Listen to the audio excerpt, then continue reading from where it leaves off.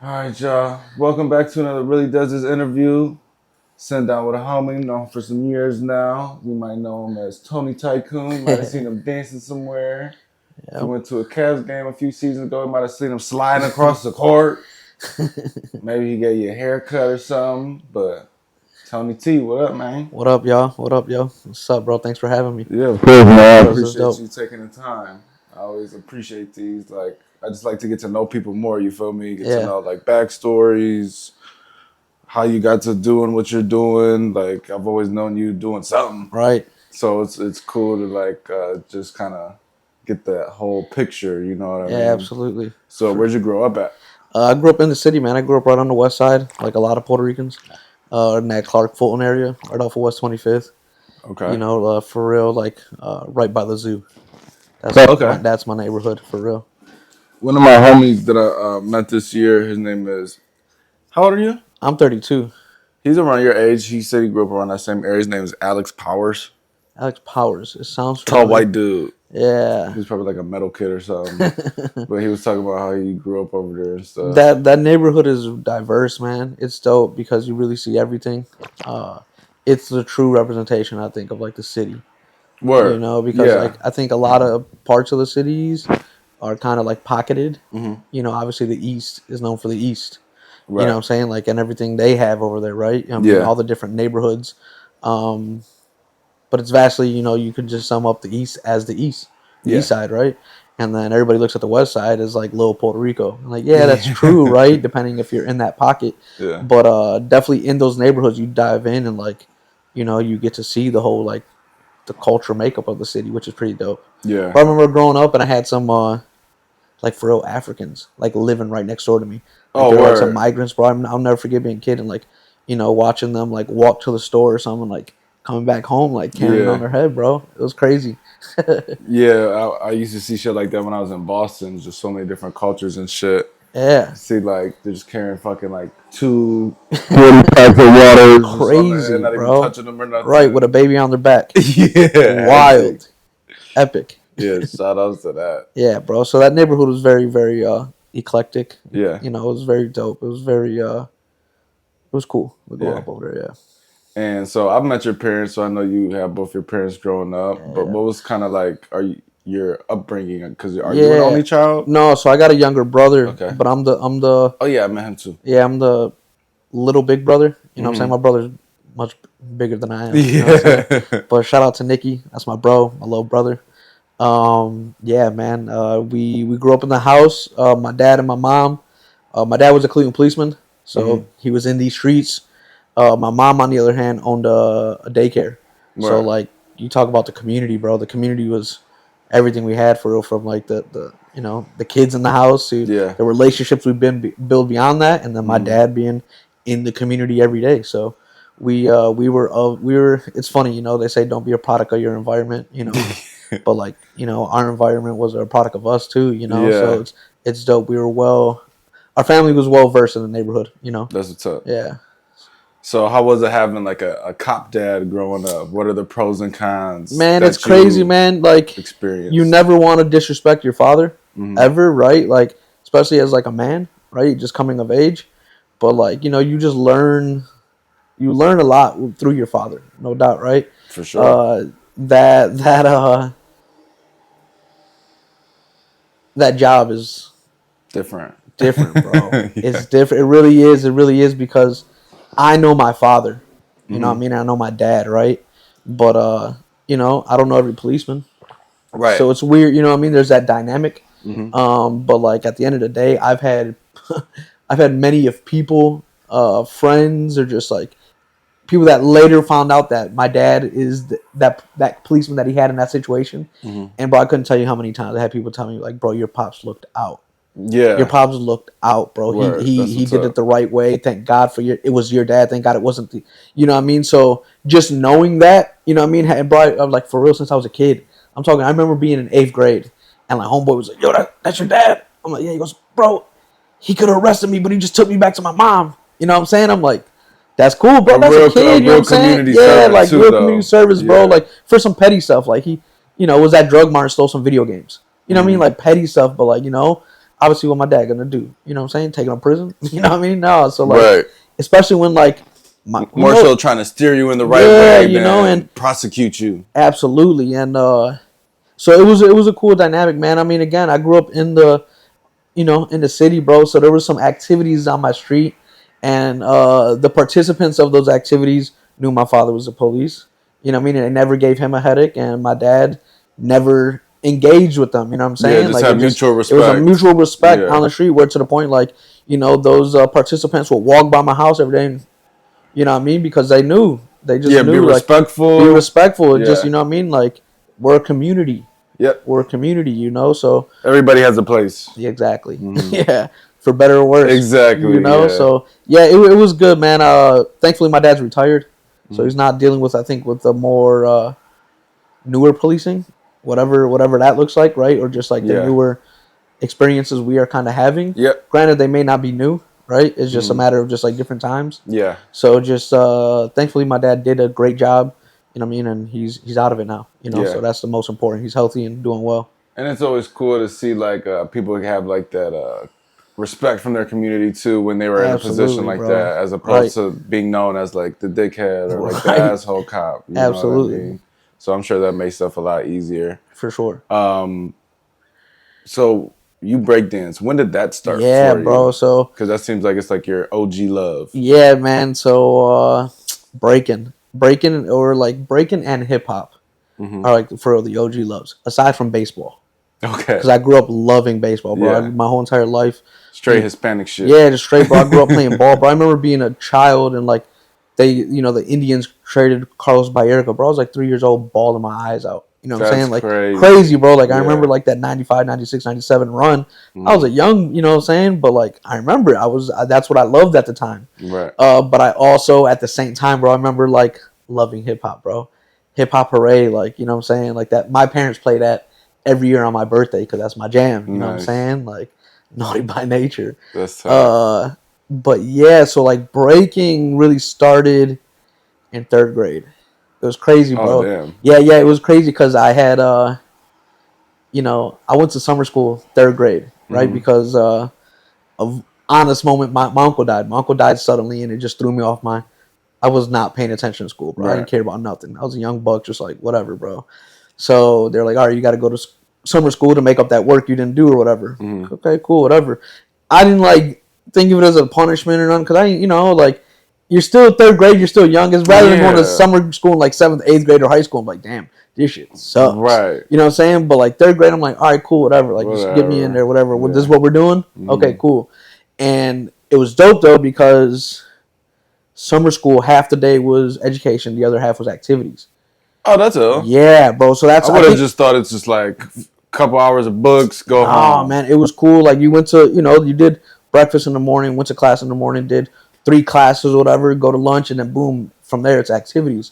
So I think the first week or so they kind of like give you like a show of like all the different activities, but eventually I was put into the acting portion of it was all dope. It was all cultural arts. I believe it was. I may be wrong, but I like through my history and like finding out, bro, it's crazy. This is real Cleveland gems right here. Oh my gosh, it was through the Passport program that was run through Cleveland School of the Arts. Okay. Right, and this is, bro, we're talking 20 years ago. We're talking mad long ago, right? Yeah. But like I was 9 years old, 32 now, so like, and I got put into the acting program, right? And you know who was the director of my acting program? Who? Rafiq, R.A. Washington. He had the bookstore. Like this dude's he's Morning a Black Star, the band. Oh, you know what I mean? Okay. He's the man. Yeah. And I remember, bro, being like a child and like he was my mentor. That's ill. And he was the leader of my acting program in summer school. Mm-hmm. But like I had caught wind of dancing. I was like, yo, but that's cool. I want to do that over there. Yeah. For real, I remember like, this is okay. Yeah, like, what's going on? What's that over there?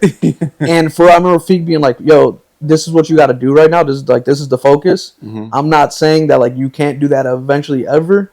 But this is what we on right now. This is what we on right now. Let's focus on this. But like at the same time, don't close your mind off to that. Yeah, You know what I mean? That's still there for you. Yeah, and that was like early on. I'll never forget that. And so we ended up doing like, we developed a play. We developed a play, and it was And this is the third grade. Yeah, this is third grade summer school. Like we developed a play that was based off a book or something. And lo and behold, I ended up being like the main character. Oh, right? Word. And in that portion of the play, there was a part where the main character finds like a pot of gold or something, and like that's when Feek was like, "Hey, this is your part to dance. You find a pot of gold and you just go crazy. You start like, bugging out." And at this point, have you been doing stuff like when you're at home? Nope. So you have just no experience. Yeah, this is just like raw. This is straight like raw intro to like, for one, being a performer. Yeah. But two, like just putting my hand to something. Right. And at the time, I was really developing a love for like acting and just performing. Like I really was. So at the end of summer school, you do a play. You like everybody, all the activities, perform whatever it was. The art shows, the music group, everything it was. Got you. So it wasn't necessarily just strictly like daily activities. Yeah, it's like a whole learning course. Yeah, so a whole learning course. Arts. Exactly. That's dope. At the end, everybody performs, right? And I'll never forget, bro. We did our performance. I danced, finding the pot of gold, and like everybody kind of went like crazy. I remember, but like hyping you up and yeah, shit. But we were kids, you know what I'm saying? Yeah. Like you see, you can do anything as long as you're not like, fucking just standing there with your hand in your mouth. Yeah, like, people want to support you, you know. And I remember we did our performance, and I was kind of like on that like euphoria, that like little high, like oh, bro, that was so cool. And then the b-boys, the breaking part, the dancing part came out, and I seen them like getting down, and I was like, "Yo, what is this, bro?" And that's crazy that they taught kids breakdancing. Yeah, it was just just something else. Like I bet if it was somewhere else outside of the city, it wouldn't have been breaking. It would have been lyrical. Yeah, you know what I mean. But because of like that was our demographic and who we were, and I must note that like. The summer school I went to was mixed bilingual. So like it wasn't just kids from the community, but it was all the kids from the community that like really was the community. Yeah. So I remember seeing them break, and I remember like at the end of their performance, they had their routine. They threw a cipher, like everybody just getting down, and I'll never forget, man, seeing Swift Ali. He was like the first b-boy that I seen getting down. And me and my cousin. And is this kid your age too, or this is like the teacher? Swift was the teacher. Got you. Swift at this time, like, was probably like 18, 20 or something. Like he, he was older than me. Yeah. And my cousin was at summer school with me, and I remember me and him being like watching the cipher, and I was like, "Yo, like, let's jump in, let's get it." And he was like, "What?" And from there, we jumped in and like started getting it. That was like the first time I ever got down. I was like, started breaking. So crazy, bro, that like I caught that like that love for it so instantaneously, and like for performing, that I begged my parents to let me go to summer school the next year. Oh, like I'm trying to get back into I'm trying to get back. I want to stay like doing something. I want like baseball was still there. I loved baseball, you know what I mean? I'd be in school in the morning, do baseball at night. But I wanted to go to summer school so I could get back into these activities. Yeah. And that'd be a huge draw. Bro, crazy. It was crazy. By the next year, I went back to summer school, and this was dope because I was like kind of like, you start becoming a little more aware, you know what I'm saying, as you get older. Yeah, for sure. And I remember like there wasn't really any dance portion of this part. Maybe it was. There was something choreographed because we did a more bigger play where every activity was kind of involved together rather than just like little things. Yeah. And I remember put on like a whole production. Yeah. And I was John Coltrane. We did the autobiography of John Coltrane. That's hard. And I was John Coltrane, bro. I remember having a giant paper mache saxophone that I kept for years, bro. That was like, my jam that I was like playing and acting like I was playing. And again, that like just gave me the love for performing and like just being out there. An appreciation for creative expression. Shit, yeah. So by this time, like, 4th, 5th grade, I'm kind of like oh yeah, I break dance, I dance. You know what I mean? But I Mm-hmm. ain't know nothing, bro. Yeah, Like, you know what nah. I'm saying? Like, I knew how to like act like I knew how to dance. You know what I mean? Gotcha. Like, oh, you dance, You let's weren't see really something. busting it I out wasn't like doing that. nothing, Pause. bro. Yeah. It wasn't until later, like I'm probably in like middle school, Mm-hmm. and we did like something in the community that somebody offered, and boom, it was a breakdancing class. I'm like, oh sweet. Sure enough, it was that same b-boy that I seen 3-4 years ago, Yeah. Swift Ali, and I'm like, yo, I remember you. I was like, he probably remember me. I was a Yeah, young he's buck. dealing with like mad kids at the Yeah, time. and it's crazy, you know what I mean? Because this is all like hindsight, bro, for, where we're going to go with this conversation later. But Mm-hmm. with that class, he was with another homie named Dason, Busy Brooks. Okay. And they were like, at a time, they were like always putting in work together. Gotcha. They were kind of like a duo. Yeah, they were just, Swift had Because I'm sure the community wasn't too big. No, man, Yeah. the dance community was small, and like Swift was out here making moves happen, and he always looked out for people. That's dope. Always put people into a place to like get involved. Yeah. So that was super dope. And this was one of the moments where Swift and Busy Brooks were there together. And where is this at again? This was over in that Clark Scranton neighborhood. Okay. Actually, I grew up in St. Michael's Church, and I think Gotcha. it was in like the St. Michael's school. It's not really up and running, and it wasn't even running then. They were just doing like little Stuff activities there. And that day he taught us how to do like a 6-step basic footwork. You know what I mean? And like the prep to like the moves. Yeah, your foundation. Gotcha. Everything's based on foundation. In breaking, you have your top rock, you have your footwork, you have your freezes, and you have your power. Okay. Right? Those are your 4 bases of foundation. And in between your tops and everything else, you have your drops. Like how you get down to the floor. Right? So he was just teaching us the basics. How to dance up top, how to do footwork, how to hold the freeze, and how to, strike a pose. Yeah, strike a pose at the end. Put a period. He gave you the basic tutorials. And at that time, bro, like I was like, I can do this, do. And I was like in middle school, and like I had some homies.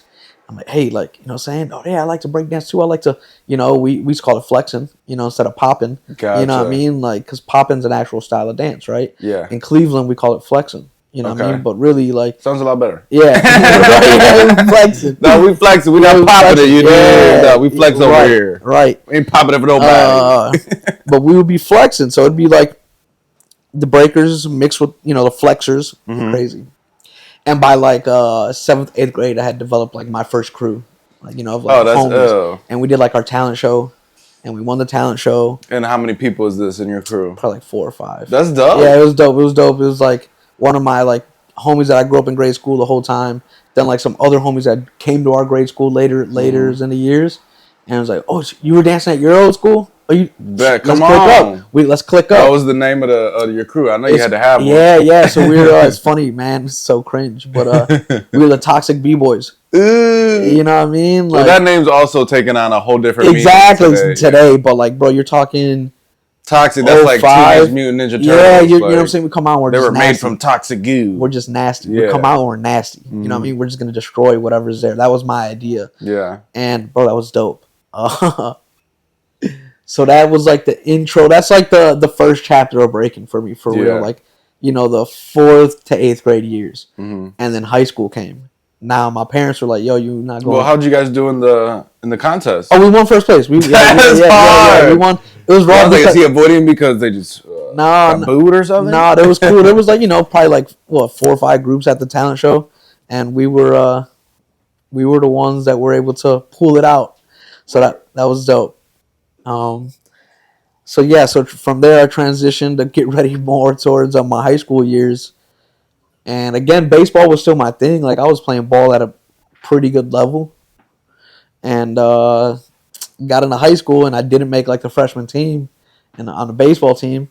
And I was like, damn, that's whack. Because that was what I did. But was it politics, or you just or can you look back and say no, I was pretty good, bro. And I'm not like, what I'm saying, not like could I have been better, obviously, you know what I'm saying? Like, you know what I'm saying? But I also like I'd hope people can improve. Right. It was just going into high school. Yeah, it was also a point where like I realized that my teammates were like spreading themselves thin on our team, like our own like team that we built. You know what I'm saying? It was our travel team. And I was kind of just like, all right, bro, like, if everybody's not invested, then I'm not about to be invested. You know what I mean? So it was kind of like where I was taking that turn where like, all right, bro, I'm done playing baseball. Yeah. What everybody's choosing up. Yeah, everybody's, you know, you get into high school. What are you going to do? Like, oh, you don't make the baseball team? All right, cool. Well, damn, bro, like, I'm not even playing real ball in the summer anymore because everybody's playing elsewhere. Like, that core is not together anymore. Yeah. Because we were raw, bro. We went down and played in Disney World for like a 4th of July tournament. Like, that was raw, bro. Mm-hmm. That was amazing.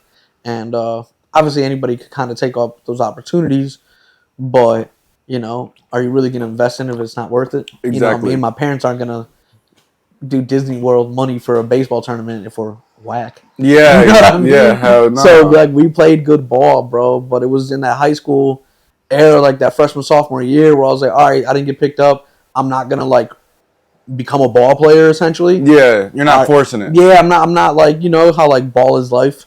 Like, I knew ball wasn't life for me at that time. Right. And at the time, I was going to, like, a whole new demographic of, like, people I was with. High school was a whole switch up for me, bro. In what ways? I went to a private school. Okay, you know, so I went to Padua. Shout out to Bruins. Shout outs. It was a total culture shock, bro. Like, I grew up in the city. And I was driving to Parma, you know, every day, or being, you know, my mom taking me, and then finally get my first, you know, little beater. It was a culture shock, bro. Like, they ain't never seen a breakdance in Puerto Rican. I'm sure most people haven't to this day. Especially in this, especially, bro. We're talking like, well, now, shout out to the Olympics, for better or worse. Oh, you know what I mean? Well, it's definitely for worse because they're not coming back. Well, no, so that was already determined before the Summer Games. Yeah, they're like, we're just gonna do this one time. Yeah, so it was a quick strike to see what it was like, and from what I understand, Olympic committees do that with different sports to see what type of traction they get. Every couple years, they'll put another thing in there. Okay, so that was already coming. Yeah, out. That was already predetermined. A thing. Yeah, it was predetermined. Okay. But yeah, better or worse, like, bro, like, it's 2006 and you're breakdancing.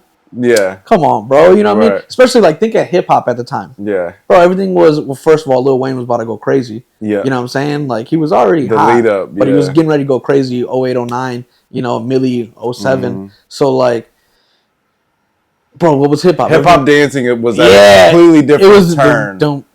It was like, you know what I mean? People were doing the snapping. You know what I mean? Like, young jogging. Like, bro, so, like, to say, like, oh, you're breakdancing or breaking, it's like... They're like, oh. Yeah, like, bro, what are you doing? You know what I'm saying? Hey, you're a kid breakdancing? Yeah, you're a kid? Like, bro, it's like, who does that? You're supposed to be dusting your shoulder off. For real. Hustling. And, bro, I wasn't, like, again, it kind of goes, you know, everything's hindsight, and it all makes sense. But, like, as a young, you know, freshman, I was engulfed with the b-boy flavor, like the b-boy, like, dress, the get up, bro. Mm-hmm. The shell toes, the clean sneakers, the big frames. Tracksuits. Tracksuits, bro, just clean, and, like, I could spin on my back. You know what I mean? Yeah. Like, you know, it was just, that's what I was attracted to. So by the time, like, high school came around, and, you know, you got to develop who you are in high school now for everybody, right? I was like, all right, baseball's not it. I'm going full-fledged b-boy. Yeah. Like, bro, full-fledged, I became a b-boy. Just adopted that as your whole identity. So that's when, like, it's funny because, shout out DJ Tony Touch, but before I was Tony Tycoon, I was Tony Touch. That was, like, you know what I mean? That was, it just, Tony Toca, that was just, like, you know, shout out Tony Touch, bro, the illest DJ. And I evolved, and I remember it's so funny because Tony Fresh, shout out Cleveland City Breakers, who's actually, like, the first crew I got put down with. Okay. Which was right around my, like, freshman, sophomore year. Mm-hmm. Yeah, I got down with Cleveland City Breakers, CCB, and Tony Fresh gave me the name Tony Tycoon. That's dope. Because Tony Fresh, shout out to his brothers Jojo, Macho, they all play the congas, they play the drums. Oh, that's hard. So, like, we'd be breaking, and Fresh would be like, Tycoon, coon, coon. You know what I mean? Like, that was the beat, and he'd be like, yo, what up, Tony Tycoon, coon, coon? Mm-hmm. I was like, yo, what? Yo, that's a dope name, Tony Tycoon. Yeah, that's hard. And it stuck. You know what I mean? And, like, it was dope, you know, when what is a tycoon? And, like, you know, it's powerful and wealthy in many facets, like a king. Mm-hmm. And I was like, dang, bro, like, that's exactly who I want to be on the dance floor. Yeah. You know what I mean? I want to just engulf that flavor of, like, you know, being powerful through my dance. Yeah. And, you know, style is power. Like, you know, you have Top Rockin', you have your footwork, you have power, and you have freezes, right? Right. Power is what we think of like the head spins and the windmills and the crazy like tricks, right? Those are power because it takes. But like I come from an idea that like style is power.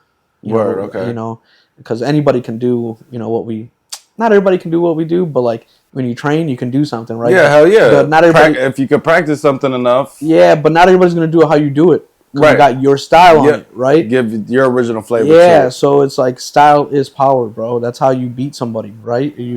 When you talk about it in a competitive sense. Well, yeah, even in like, for example, something that's not dancing, skateboarding. Yeah, like everybody can do a kickflip. It's how you do that kickflip. It's exactly. how you look, how you get into it, how you get out of it, all those type of things, man. So I was just like, style was my thing, man. Early on in high school, like I was like, I remember being like in high school, bro, and like trucker hats, flipped up bills. You know what I'm saying? Like just coming in like a b-boy. Yeah. And again, this was so like a culture shock to everybody I was going to high school with. Again, it was a culture shock for me, right? Going to like deal with them and hear the conversations they're having. You know what I mean? But I remember some girl like in high school told me like, "Oh yeah, we had to unload the elevator." I'm like, "What do you mean unload the elevator?" "Oh yeah, just we only use it for the groceries." Like, bro, how much groceries you buying in your house that you got an elevator? Yeah, what's up? You know what I'm saying? Like, crazy, bro. I remember, like, ladies around me. We only use it when we have groceries. Come on, bro. That's crazy. What are you talking? What are you talking about?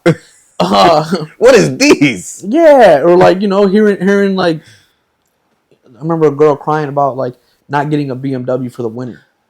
For the winter, not even just in general. For the winter, bro. She wanted a winter car and like it had to be a BMW. And like, bro, I'm like, bro, I just got a 93 Tercel. And I'm excited. Bro. This Toyota's about to last me. Crazy, bro. It was a culture shock. But that's actually nuts. Hindsight, it was a blessing, bro. Yeah, because like, realistically, had I went to a clean public school, I probably would have like, been a knucklehead. Some type of bullshit. Got into some bullshit, got into some mess, the wrong homies, you know what I mean?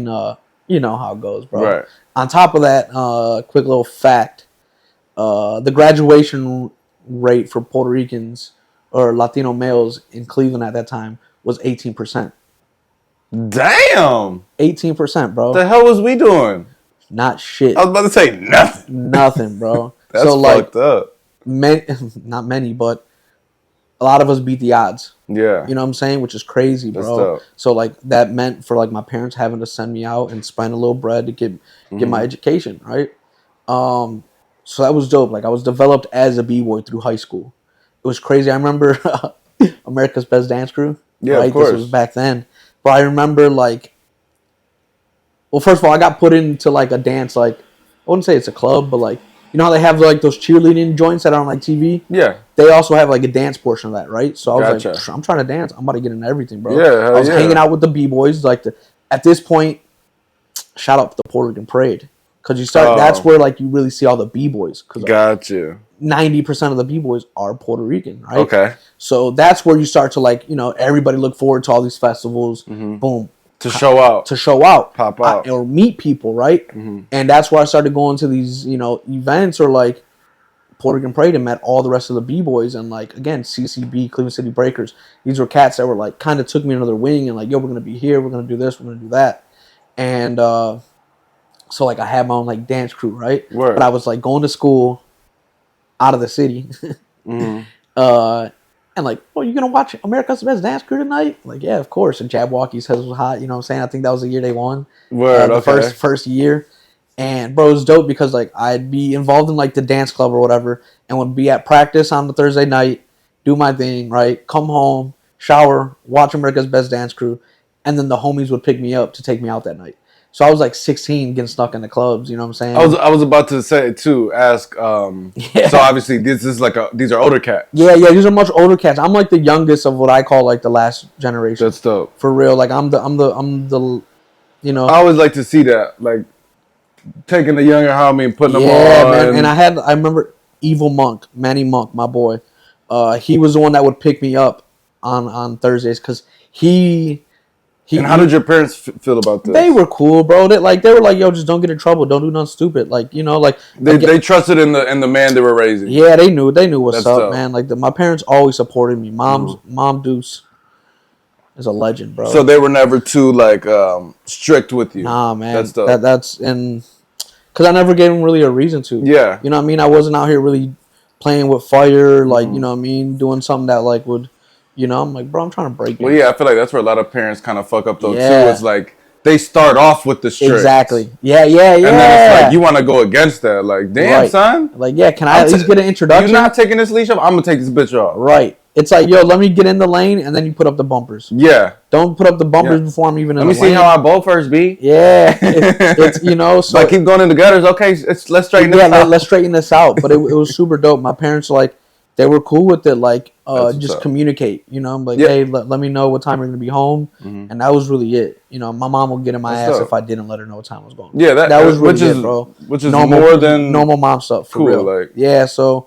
Manny Monk would pick me up on Thursdays, and we'd go back to the b-boy spot. Like, there was a couple of b-boys that lived together, so everybody would kind of go there. And again, I'm the young buck, bro, so like I'm watching them kind of like pre-game, or, you know, everybody get ready, and I'm just kind of like, I'm here. What up? Yeah, just like, hey, yeah. Can't wait to pop out and show niggas tonight. Yeah, but like during the whole pre-game, I'm chilling, bro, because like I'm not, for one, like trying to like fake like somebody I'm not. Yeah. You know what I mean? Like, I'm not drinking or smoking, bro. I'm 15, 16 years old. Like, I'm for real chilling, bro. I wasn't into, like, you wasn't partying. even trying to jump into it. No, I really wasn't, bro. And that's dope. And bro. I mean, like, it wasn't until later where the homies was like, you smoke? I'm like, yeah, I smoke. Bro, we've known you 5 years and you never, like, yo, chill, you know what I'm that's saying? yours. Yeah, you know, but no, it was cool, bro. And they never, and the same tip, they never pressured me. Yeah. The homies never Which is even doper. Which is even doper, bro. Like, I could have been the young, impressionable cat. They can be like, here, drink. And I'm like, no, it was never that. It was never that, bro. Yeah. So I remember, like, being picked up after watching America's Dance Crew and, like, going out all night. And then, boom, coming to school the next morning. Everybody be like, oh, you watched America's Dance? Bro, I lived that shit last night. You know what I'm saying? Like, that's the mentality I was in. Like, bro, like, y'all are... Really does this. Yeah, really does this, bro. Like, for real. It's like, yo, it's cool to see it on TV, but y'all have no idea what this lifestyle's about. Right. You know what I mean? Like, yeah, like, that's the TV aspect of it, and it's cool. But, like, bro, I just kicked it with homies. Like, bro, we would have homies come from Columbus every week to, like, you know, cypher and then battle with us, and then we kick it all night, or, you know, shit, Detroit's coming through this weekend, or just all those type of things where the scene was always had something going on. That's dope. And we were doing it, you know? We really were. So it turned out pretty dope, bro. By the time, you know, senior year rolls around, I'm already, like, working in, like, the mall at Journeys. You know what I'm saying? So, like, bro, I was, again, fashion, sneakers, b-boy. Yeah. It was all hand in hand, you know? Yeah, and at that time, too, Journeys actually had some shit. They had some shit, bro. They had the dunks. I was just about to say, they were, like, one of the only spots that had dunks. For real. So, yeah, man, by the time I was, like, out of high school, I was officially, like, Cleveland City Breakers. I was down with that crew. And then I remember, like, this... I think it was the same year that LeBron left. Was my senior year. Okay, 2010. So yeah, 10, 11. Right? 10, 11, right? Mm-hmm. And I remember trying out for the Cavs, like, that same summer. And fresh out of high school. Like, yeah, fresh out of high school. I went straight to try, because all the homies were dancing for the Cavs. Everybody that I had already been breaking with and training with, they were already with the Cavs. They already had that motion. Yeah, they were. That was my homies, who eventually I ended up being with. Like, we are the Scream Team. That's, you know what I mean? Like, we, even the guts deeper than that, but, like, you know what I'm saying? No, I get an what you're official, saying. like, you know, run of that shit. So I tried out. I didn't make it, but I was like, whatever. I made it to the final round. Like, this is fresh out of high school. The fact that you even got that opportunity, yeah, that was probably enough for you. That was cool, bro. I was like, oh, okay, cool with me. You know what I mean? And then at the time, I thought I wanted to go, like, to school. Like, I went to CSU. Like, bro, I was just wasting time and money there. So, like, and I realized that quick. What were your intentions so I wanted to be, high school? Yeah, when I went to CSU, I wanted to be a photojournalist. Okay. I loved my camera. You know what I mean? Like, and I... Oh, yeah. I forgot that, too. Yeah. You always had a camera. I always had a camera, for real, bro. And that was kind of my thing, like, in high school, right? Because high school was crazy, you know what I'm saying? Because, like, you got the super smart kids that are, like, AP classes. They're about to be, like, you know... They already know what they're about to do, like you know what I'm saying? Grade. Yeah, like, all right, I see you. Me, on the other hand, I was just trying my hand at things in school, and we had a photo lab. We had a dark room. You know what I'm saying? That's Where fire. we could develop film. Yeah. So, bro, like I fell in love with film and cameras early, like by sophomore or junior year. Mhm. Excuse me. So I thought I wanted to go be a photojournalist, Gotcha. not even knowing what like that really was. Yeah. And then at the same time, like 2012, You like go to a war zone, breakdancing, and taking pictures. yeah, right, yeah, because like you think about a photojournalist. Yeah, that's what I think of. It's for real. You like, and You I learned that like going in, it was like, bro, you got to be like ready to be in a lion's mouth. You know what I mean? Taking some crazy National Geographic pictures, you know, or just being out there. Yeah. And that's not really what I was on. I just wanted to like document culture. Yeah. For real, that's all I wanted to just do that. And again, that was early on. Like, you know what I mean? That's 20-year-old tycoon, you know what I'm saying? 19-year-old, 20-year-old tycoon. And I noticed early I was just wasting time and money at, you know, CSU for real. So how many semesters did you last? Like a year, for like maybe like 2 semesters. Yeah. Like for I just knew it wasn't what I was needed to do. Mm-hmm. So rather than like waste everybody's time and money, I bailed out. And shout out to my coffee addiction.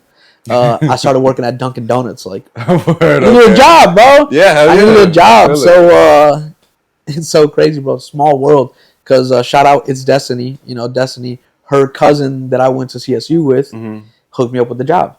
That's what's at up. Dunkin'. It was just like, you know, just crazy. Like, oh, we kind of know each other. Yeah. Oh, you go to CSU. Oh, yeah. Come on. Yeah. So crazy, bro. Just the world.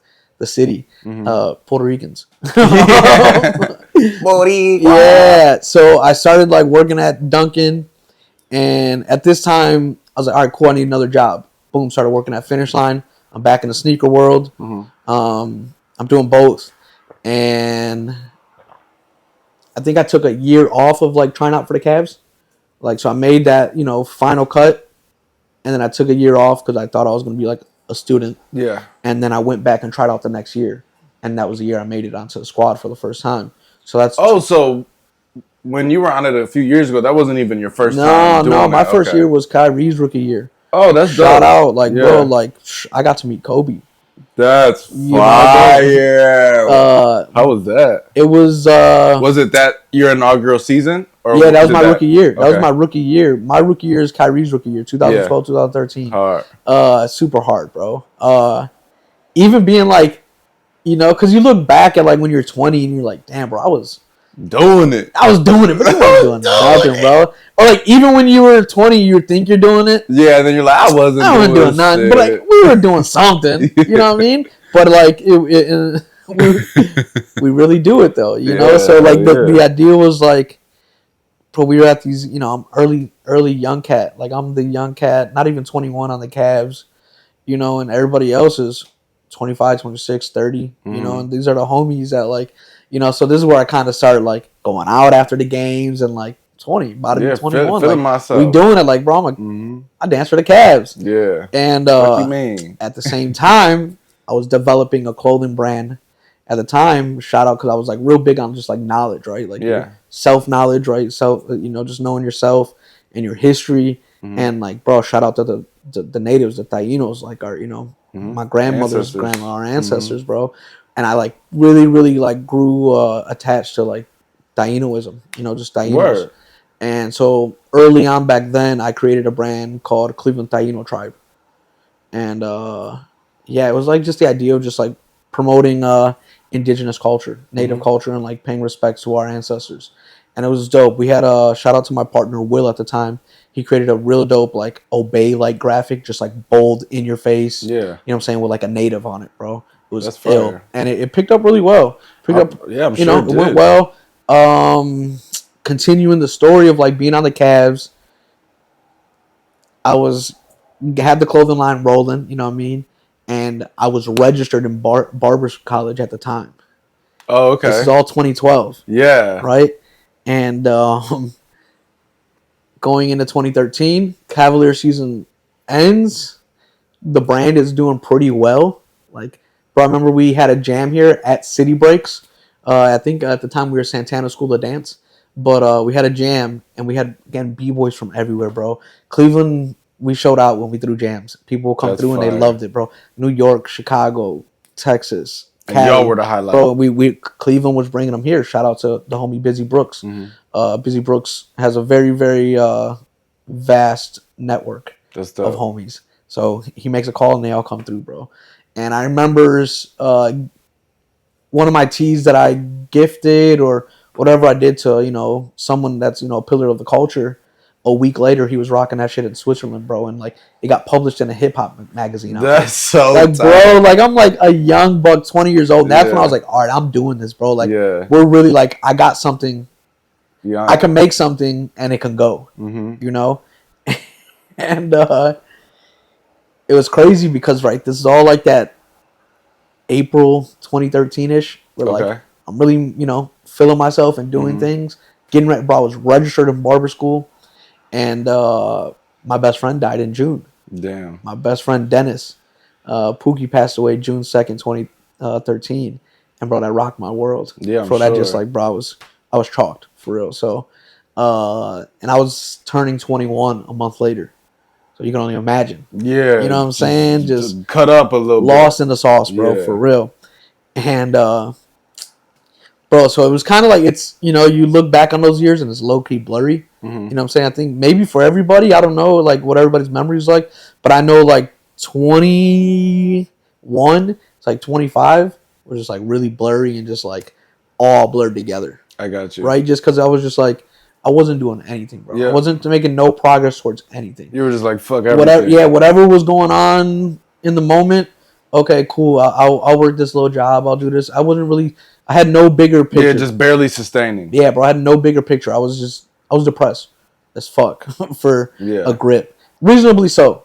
You know what I'm saying? No. But it was right around that time where I was like 25, 26, so we're talking like 2017, 2018 now, right? Because, 2013 homie died. I gave up dancing. I gave up the clothing line. I didn't go to barber school. Nothing, bro. Anything that I had shaken before. Everything fell through. Bro. I didn't care about it. I didn't sustain it. I didn't care about it. That wasn't my focus. But on the other hand, bro, like, God was doing a work in me between 21 and 25, bro. He was really, like, stirring my spirit without me even really knowing it. So, again, I was just, like, all throughout those, like, those years. And 2018, I started to kind of, like, level out a little bit where I was like, all right, bro, you going to stay depressed forever? You're going to just go, like, I was just about to ask, like, how'd you get out of that? Yeah, so really what it was is, like, it was a moment of self-reflection. Like, all right, bro, it was a multitude of things, and like it was some dominoes. Well, yeah. So literally, I got my ass whooping dominoes yesterday. Damn, why you got to remind me? We got to play dominoes on the stream tomorrow. Yo, my dad dogged me. But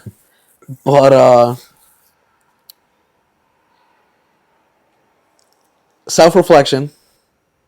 Like, all right, bro, you're reasonably depressed, but that don't mean you got to stay here. Right. Because I feel like that's always the first step. Right. You have to come to terms with it. You have to want to get out of it. Exactly. Yeah. Right? Because if not, you're going to stay there forever. Yeah. 2017, 2018, right around this time, right? But the same thing. This is dope. This is where the story starts feeling good. Got you. And where we are today. Right. For real, bro. So this 2017, we took a family trip to Puerto Rico.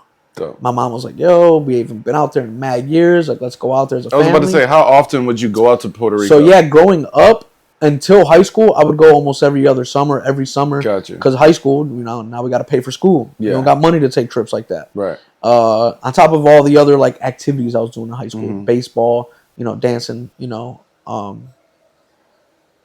But this was this was the first time we went back to Puerto Rico as a family for first time in a long time.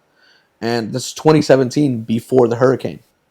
Oh, okay. So really, again, and I'm still like, again, the Lord is working on my spirit, bro. He's stirring. And I'm sure your parents and family are noticing how you are and stuff. So you know what I mean? They're kind of like, This was probably them trying to like do a little pick me up. Well, it was my mom's birthday. Right. That's really what it was. It was my mom's birthday, and we're like, yo, let's just take a family trip out there and go see my grandfather. And, because at this point, for real, bro, shout out my parents because they did everything they could for me, but they didn't know what they could do for me, like, at that point when I was down bad. All they could do was pray for me. Right. You know what I mean? Yeah. And them prayers worked, for real. Crazy, bro. And 2017, before Maria, mom's birthday, And I'm like, doing my little research, and my mom's birthday is the end of May, and I'm like, Mom, like, there's a hip hop festival going out there.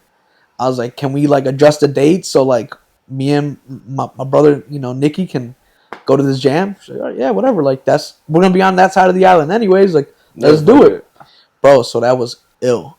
This was like, I had never been to like the scene in Puerto Rico. Okay. You know what I'm saying? Everything growing up as a kid was like just being with family stuff. Yeah, you're a kid. You don't have no say. You saying that I want to go where?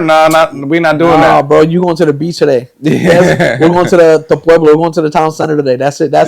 You'll get ice cream when we go there. That's it. You know what I mean? You up in the mountains with the cows for real. That's how my like from Mocha. That's where my grandfather's from.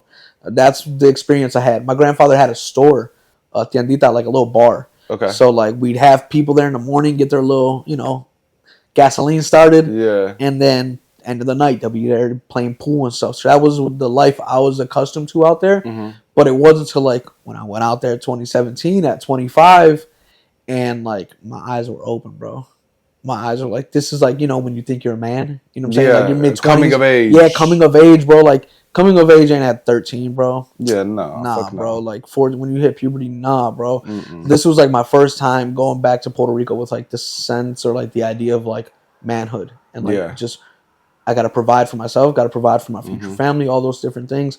Why am I the way I am? You know what I'm saying? Why do I like my coffee black the way I do? Why do I listen to, salsa on Saturdays? All those type of things, you know what I mean? But it's like, I was like, just listening to my grandfather, hearing him tell me stories and like why he moved from Brooklyn, New York back to Puerto Rico, all these type of things. Mm-hmm. But the dopest part of this trip was at this hip hop festival. It was Rocksteady crew, so like Crazy Legs, Tony Touch. Word. Yeah, all them like that. Their crew was throwing a party in Puerto Rico. That's dope. It's called Puerto Rocksteady. Static Selector was there. Shout out him. Like shout out kicking Static. It, bro, with Static. Like Static is tight. On the beach, bro. Like that's you know what I mean. Not many people can like say that. Yeah, hell no. We in Puerto Rico, I'm kicking it with Static Selector, bro. Crazy. Static Selector. Yeah, and bro, he showed love. Like we're. Oh, where you from? I'm like from Cleveland. Damn, the Cavs got that ass beat by the word. Yeah. Like. Yeah, I met him once. Bro. Actually, I think we had 2016, so we had just won. Yeah, the year before. So like conversations were different. Yeah. But it was dope, bro. It was dope. I mean, Talib Kweli was performing. Like, bro, it was a jam, bro. Full on hip hop festival on the beach. So that was like Friday, Saturday, Sunday, right? Friday night we go to like the welcome party, and again I don't know nobody out there, bro. Mm-hmm. So at the time I kind of like peeped the vibe of some other outsiders or like Puerto Ricans from the States. Mm-hmm. Like, oh, y'all from Houston? Shit, let's kick it. Like we obviously ain't with all them, you know what I mean? Let's just have our little session. And we ended up meeting up with the other homies. Shout out to Hip Hop in the Streets. They're a crew that documents like anything raw hip hop in Puerto Rico. Fire. They document it.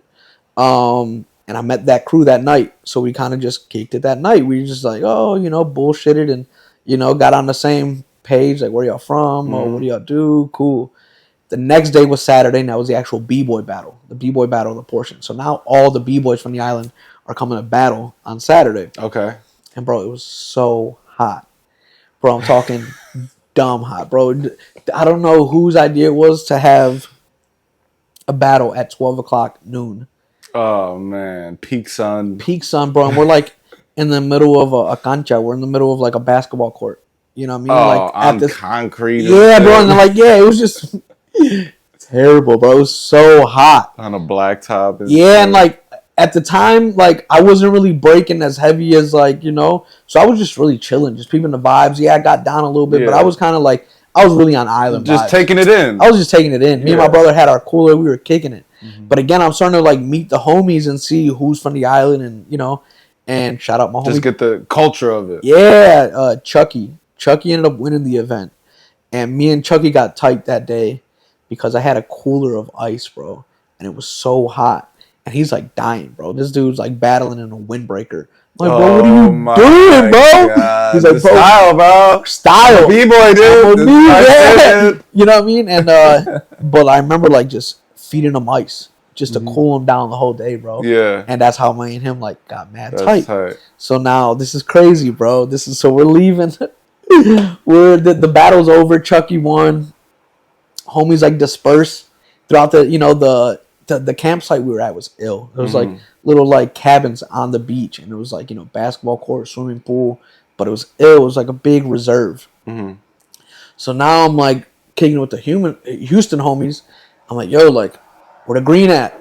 And like, oh, we found some homie over there. I'm like, let's go get it. Like, if that's the way we're going, lead the way, fool. So we're getting ready to leave this like campsite, this reservation site, and now the homies from the island are kicking it, and they're like, yo, where you going?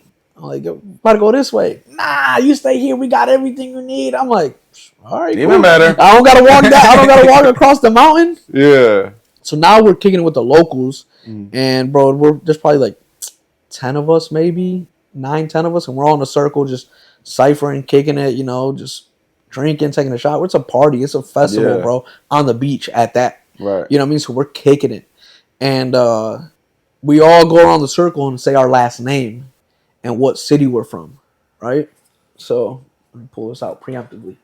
We go around and I say my last name is Guerra from Mayagüez, and the homie goes, Guerra, like, I ain't fucking with you. I know about y'all. And it's funny because like my last name Guerra means war. Oh shit. Yeah, so like, all right, cool. Your family's too active. Yeah, like your family gets down.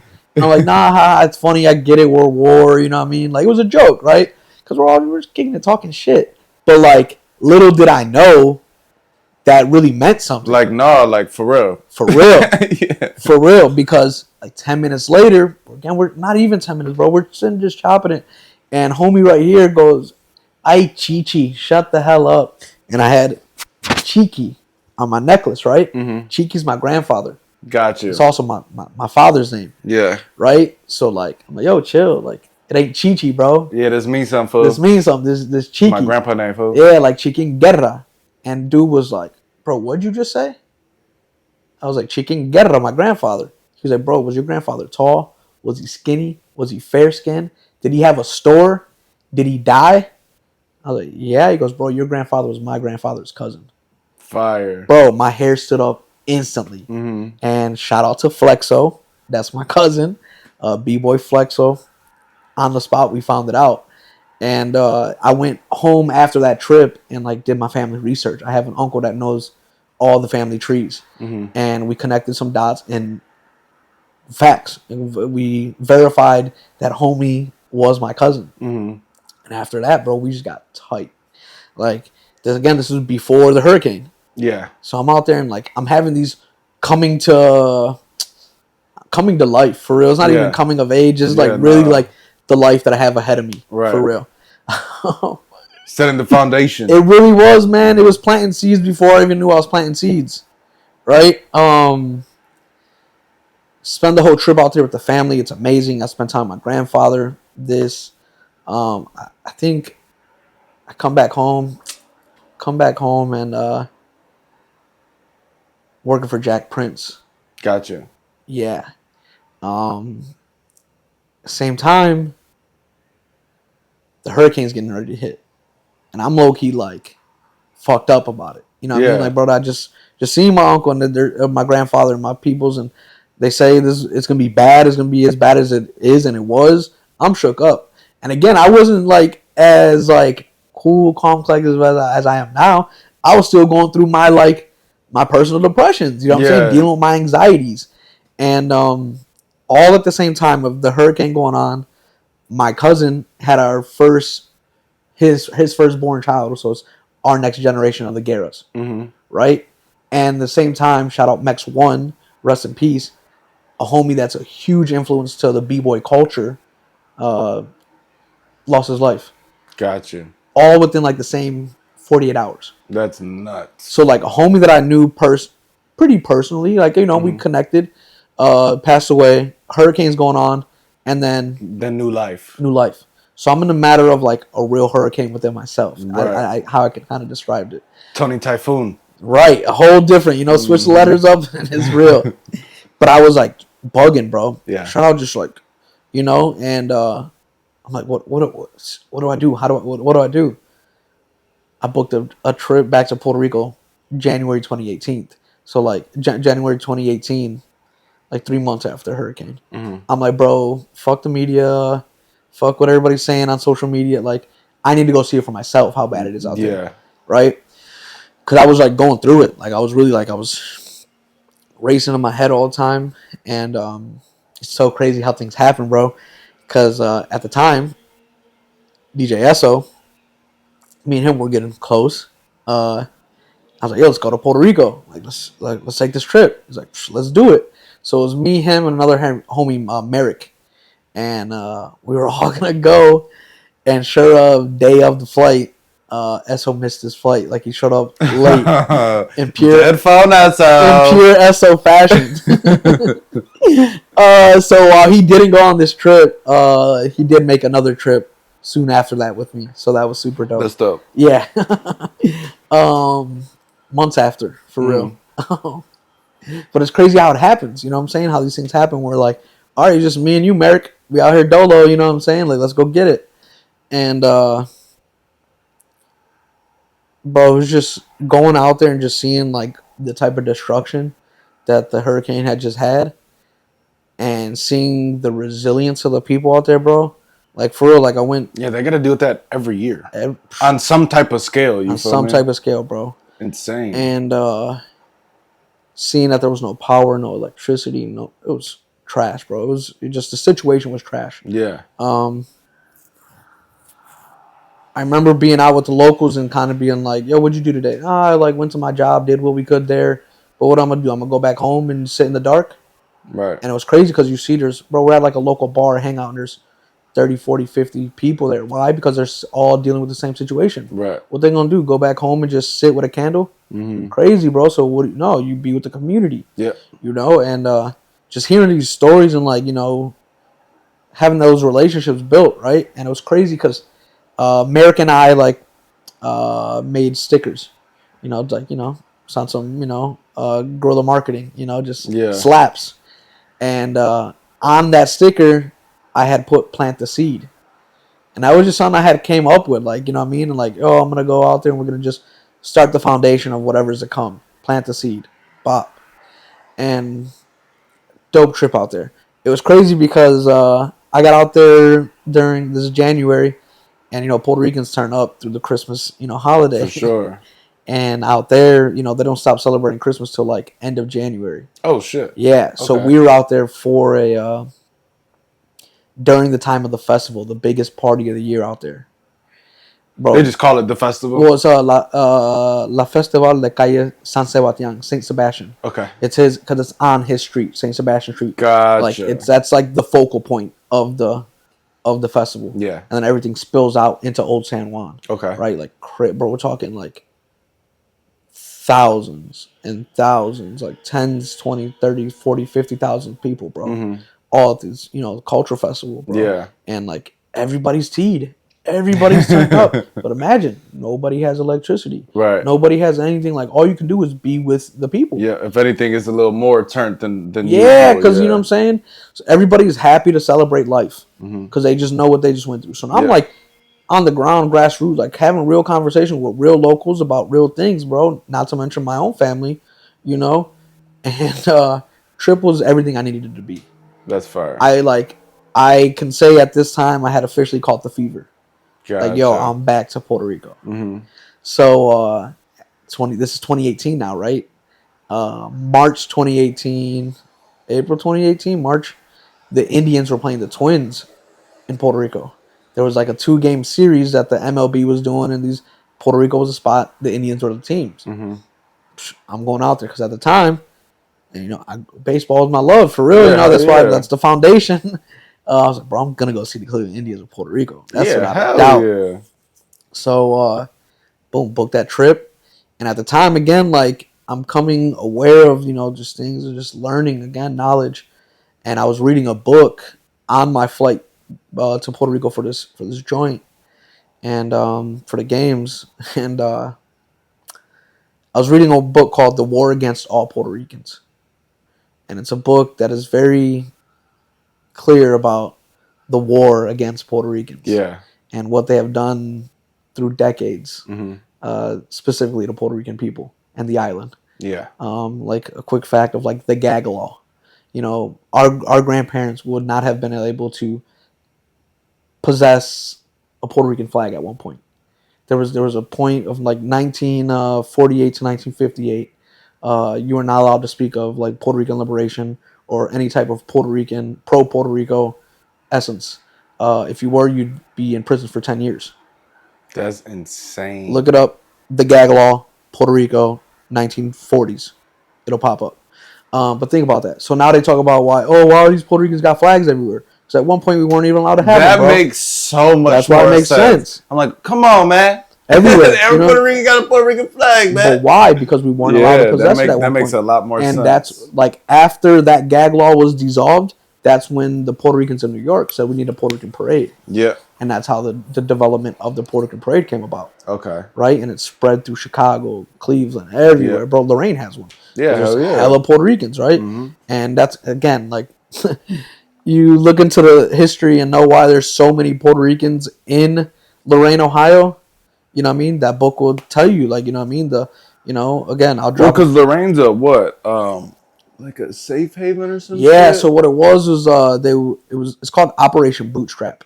Okay. And it was pretty much a theory and a play by the United States to just drain Puerto Rico of all their workforce, essentially. Gotcha. Our grandparents, you know what I'm saying, came here to get a better life, to get a job, to get an opportunity, but at what expense? Right. Right?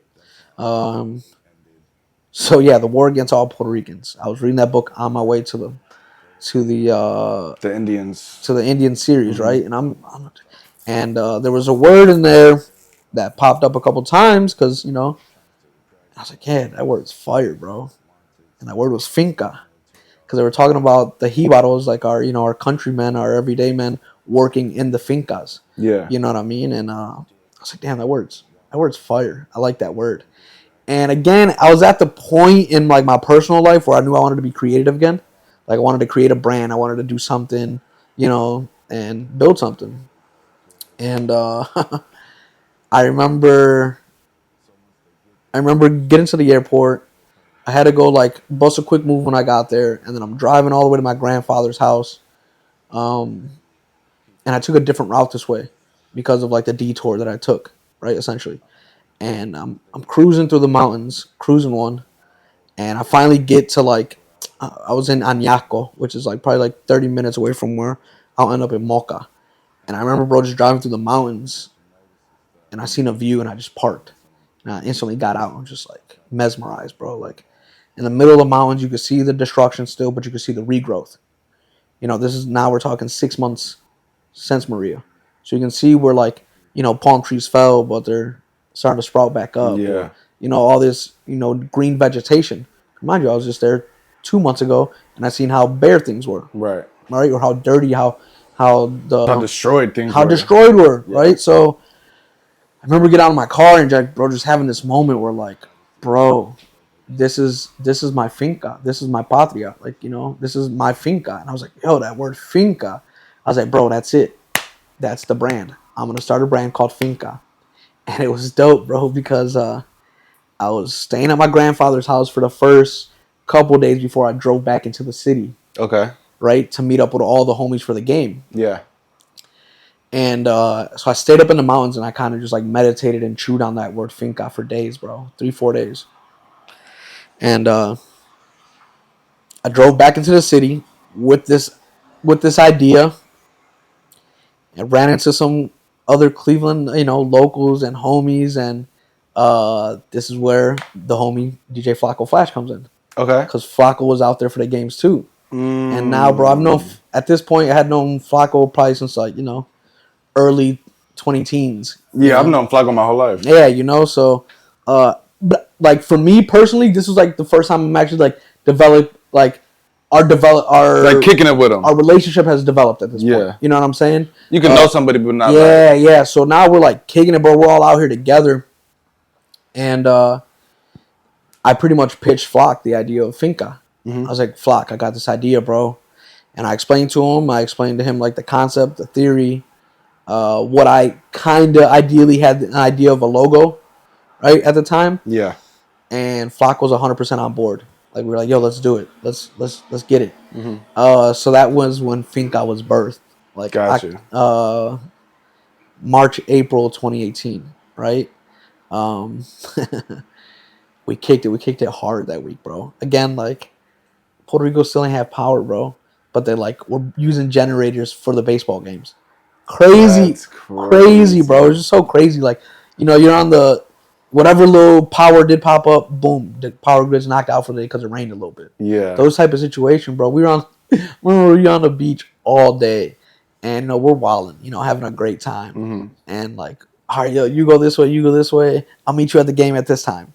We can't guarantee our phones are gonna be charged. We can't guarantee nothing. You know what I Right. mean? Yeah. So just like, Yeah. See you at the seats, I player. see you at the seats. It was dope, bro. Such a great experience like that. And boom, we kicked it. We kicked it hard, bro. And instantly, I'm still with that fever. I got to go back to Puerto Rico. So I came back home after that trip, and now this is when Esso went with me. Okay. Esso went with me in June, so 3 months, 4 months later, for Puerto Rock Steady again, that same jam. Tony Gotcha. Touch, From the year Status. prior. Yeah, so they're like building up. This is their yearly jam. And this one was at a total different location, still on the beach, like, bro, crazy views. Ew. And now, like, I'm starting to become, like, the locals know me at this point. Like, my cousin got me locked in with everybody, and we're kicking it. The community was starting to really build itself out there, for me at least. Yeah. And it was solid, bro. This is 2018. And June, so I come back home, I get back to work. I work all throughout. And then August, I take another trip to Puerto Rico. But this one was another family trip, right? Because it was my cousin's quince. Okay. So we were out there all as a family. But at this time, I had been to Puerto Rico 5 times in a year already. Right. So now my parents are like tossing me the key and like, yo, dude, take us somewhere. Yeah. And that was super dope. Be our concierge. Yeah. So by the time October rolls around, I'm developing Finca the whole time. Flock's birthday's in October. He's taking a trip to Puerto Rico. And like I was already like tapped out at work. They're like, bro, come on. You can't keep leaving. keep leaving. And I was like, all right. Little they didn't know I was gonna keep leaving. Yeah. Fuck y'all. For real, yeah, like all I gotta do is let you give you a little 2-week advance. Yeah, for real. Find somebody to run my machine. Yeah, figure it out. Somebody can print that shirt. That's your job. Yeah, I gotta go. And it was dope, bro, because I did have a supervisor that was cool with it. Like, for real, I would land back from Puerto Rico, and he'd be like, yo, how's your trip? And I'm like, it was good. I'm looking like in a month and a half, I got to fly back out there. He's like, all right, just put it on my desk. Like, for real, I for real had a good supervisor that really didn't give me no headache for it. So we developed the brand and the concept, and I had a couple logos. I had some things, and they just weren't what I wanted. And I finally came across this. My designer is shout out Chris Walter. Dude's phenomenal. He really worked with me, and we executed this, bro. I remember seeing it. I was like, yes, this is the one. I wanted something big, bold, clean, to the point, right? And we printed some tees, and Flock went out there in October for his birthday for an event that one of his DJ homies was having. Mm-hmm. And, bro, we just flooded the market, kind of on that, like, Pharrell Bape mentality. For every shirt that we sold, we gave a shirt away. That's you know what I mean? Just get it out there, bro. The brand needed to be seen. Mm-hmm. And, bro, by the time October to, like, December rolled around, the brand was popping. Like, the brand, like, went up quick. And it was dope because Flock and I strategically committed to not having any type of ties with the brand for a very long time. Yeah, like you don't want to attach faces. Just like this is what it is. This is the brand. Finca. This is what it is. It was almost to the point where a lot of people thought Flacco and I were sponsored by Finca, but they know who Finca was. So that was dope. We were making hard. It was super. I remember people having like, "Yo, are you sponsored by them?" Like, yeah. Literally, I am their sponsor. Yeah, and so it's dope that 2018 October we took off. So then by the time I think I flew back out there, we flew back out there. Flock and I, we all went out there for that same festival in 2019. Mm-hmm. And bro, that was litty. We had, you know what I'm saying, we're Finca out, our whole crew, everybody at this point, we're going to parties and, they know the Finca crew's there, and this is when like our finger, our fingerprint is really getting put into the scene. And the brand was just growing, bro. 2019. So then, yeah, this is where I was like kind of getting to the point where like, all right. So before Flock dropped the brand, actually, right around the same exact time, Flock took the brand to Puerto Rico. I had returned back to church. I gave my life back to Christ. For real, bro. And like again, I was shook up for 5 years. Like, and so a friend came up to me and said, "Hey, bro, like, you've tried everything. Like, why don't you just go to church with me tomorrow?" I was like, "All right, cool." I grew up in church, so it wasn't nothing. Yeah, like, it's not foreign to you. Yeah, it wasn't like weird or like I was like, "All right, cool, I'll go to church." And bro, I walked into church, and that day, like, bro, for real was like wiped clean that day. My anxiety, my stress, my depression, all that went away. At the same time, I have a baby. My brand is like coming about. Yeah. So I'm like, yo, it's up now. We up. So like, you see nothing but positivity. Nothing but positivity. God has like refreshed my mind.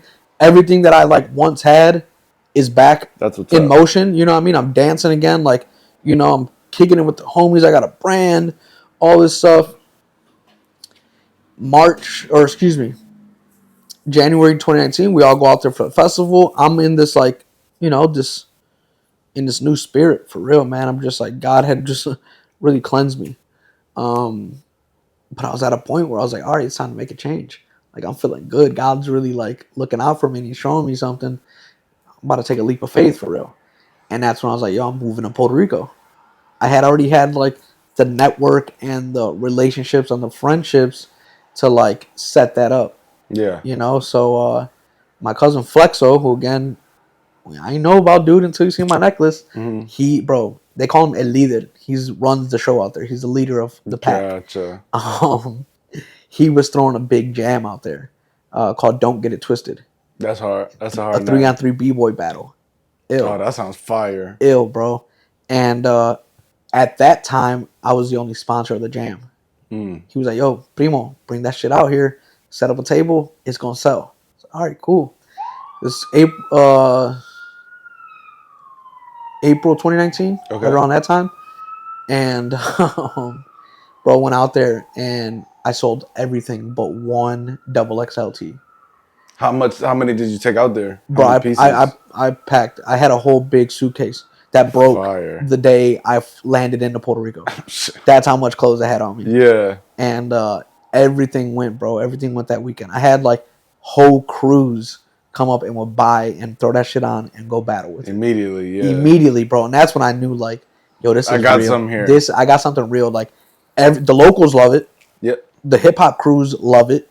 I got OGs, like legends, people that I've looked up into the scene, the culture, that are like, yo, this is ill. You got the real deal here. Like, telling me, you know what I mean? I'm like, damn, bro. So I was like, I believed it. I was 120% committed to Finca, and I lived in Puerto Rico for like, majority of 2019, hustling, going to these different events. It's happening with the locals, retailers, you know what I mean? Like these stores that are like, they're the hot spots, to go get your clothes at. Got you. Building these relationships, and I knew that like Finca wasn't at a point in production yet that I wanted it to get in stores.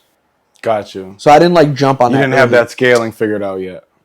Yeah, I definitely didn't have it figured out, but I knew that like I just didn't want to put t-shirts in the store. You just didn't even want to do it. Not yet. I got you. But at the same time, I knew I wasn't like scalable ready. Yeah. You know what I mean? But I just didn't want to just have tees in this. I wanted more than just tees. Yeah. So I was just creating those relationships. 2019. Came back home for the holidays of 2019. And it was dope, bro, because like everything that I was doing out there 2019, bro, I was hosting tours. I'd have homies fly in and kick it with me, and that's how I was living out there, just hustling the brand, bro. Everything that like it was well taken care of. The brand was well taken care of. Came back home for the holidays. I flew back to Puerto Rico immediately 2020, like January 1st, January 2nd, because my grandfather had just had surgery. Okay. So now I'm over there taking care of him. Like, bro, literally like cleaning the infection and just taking that part of life, you know what I'm saying? Nurse Tony. For real, bro. And it wasn't only me, but it was like the family. But like my mom couldn't go out there. Again, I was like, bro, I was, I had nothing here. here, so I could afford to do that. Yeah. You know what I mean? So my mom's like, yo, go out to, take care of your grandfather for me. Got you. Stayed out there for a whole month and a half in the beginning of January month, because I flew back February 2nd, and I laughed because the Fed stopped me in the airport that day.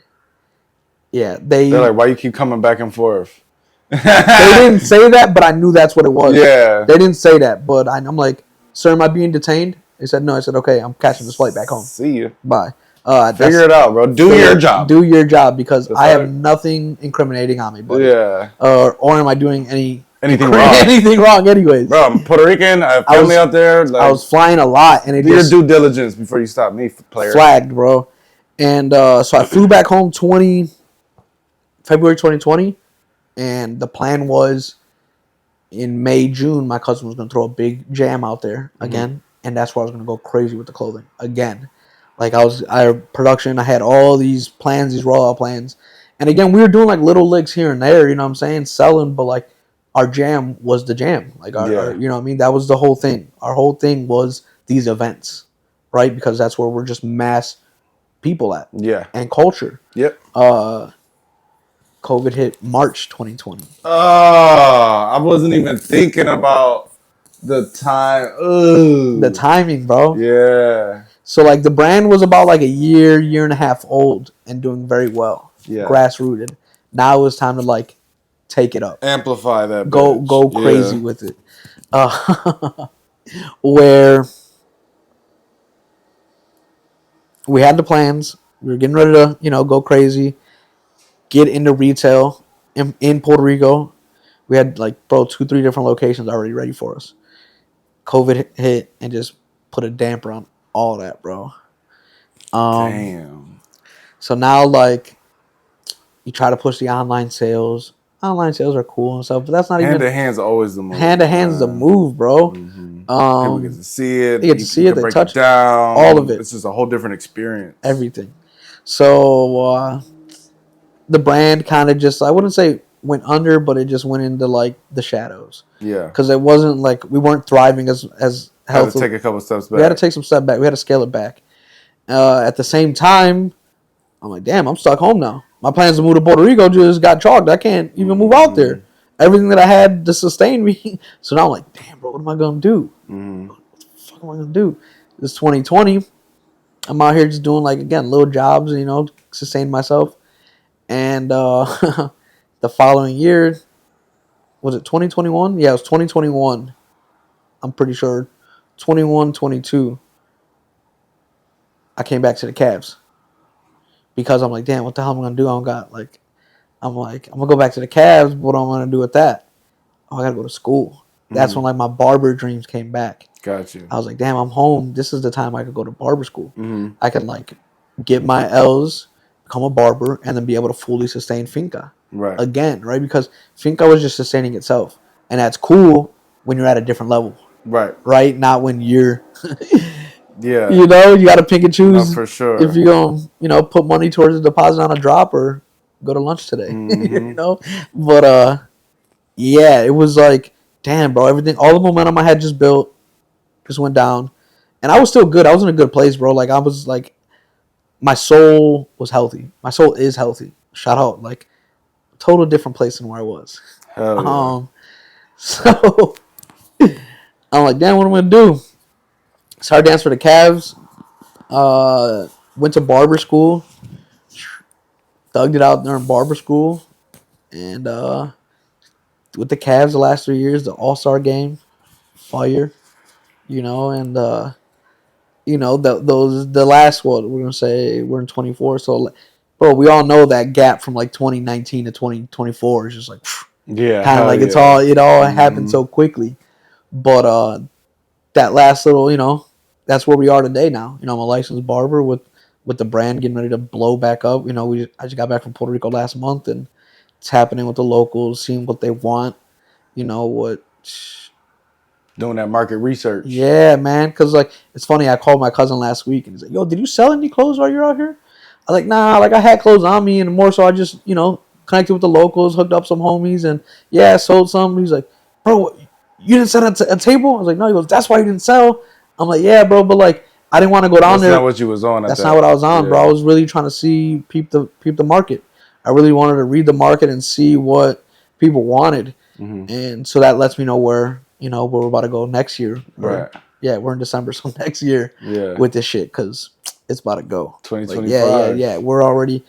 I'm already in 2025. Honestly, I jumped into 2025 right when I went back to Puerto Rico last month. Yeah. That was like it was everything I needed. I needed because I ain't been to Puerto Rico in a couple of years because I've been just thugging. Oh shit! Yeah. That makes sense. I went last year for a family emergency. And that's a family emergency. That's different. Well, I'm eating empanadas on the beach. I'm still there for a family emergency. Yeah. So I wasn't there for nearly any of the reasons that I go there for. Yeah. Yeah. So going last month was everything I needed to just, I like to say when I go to the ocean is it's a baptism. You know what I mean? Right. Like it really is. Because it just washes everything. It washes the old and refreshes you with the new, man. And I see it it's evident in front of me. I'm having conversations with my cousins already planning next year's event. Like, bro, we had at this the event. Don't get it twisted. Eventually, fooled out to a whole weekend. It's a whole weekend event. Oh, dope. It's a hip hop festival now. That's fire. And specifically Saturday at the event, we had over 500 people at that event, bro. That's nuts. That's big for a grassroots. Huge. Hell yeah, bro. That's tight. I hosted that event, the 3-on-3 dance battle, b-boy battle, and we had 45 crews sign up, bro. Damn. 45 crews of 35 of 45 crews of 3 b-boys each crew. It's a lot of heads in a building, bro. Hell yeah. So we're already talking about how we can. And that's just the performers. That's it. That's not the people they bring. Yeah. That's just the dancers. Or the people they're in their crew that aren't battling, their girlfriends, their cousins, everybody. People that just want to go. Yeah. So, but we had over 500 people in this venue, and now we're already talking about how do we make it bigger next year and better next year. And Finca's, the actual. I'm gonna be hosting the event the whole weekend, so that's fire. Yeah, and it's gonna be great. And what time of the year is this event? November. Again? It's November. Yeah. So I want to really roll out there with a crew of Cleveland heads.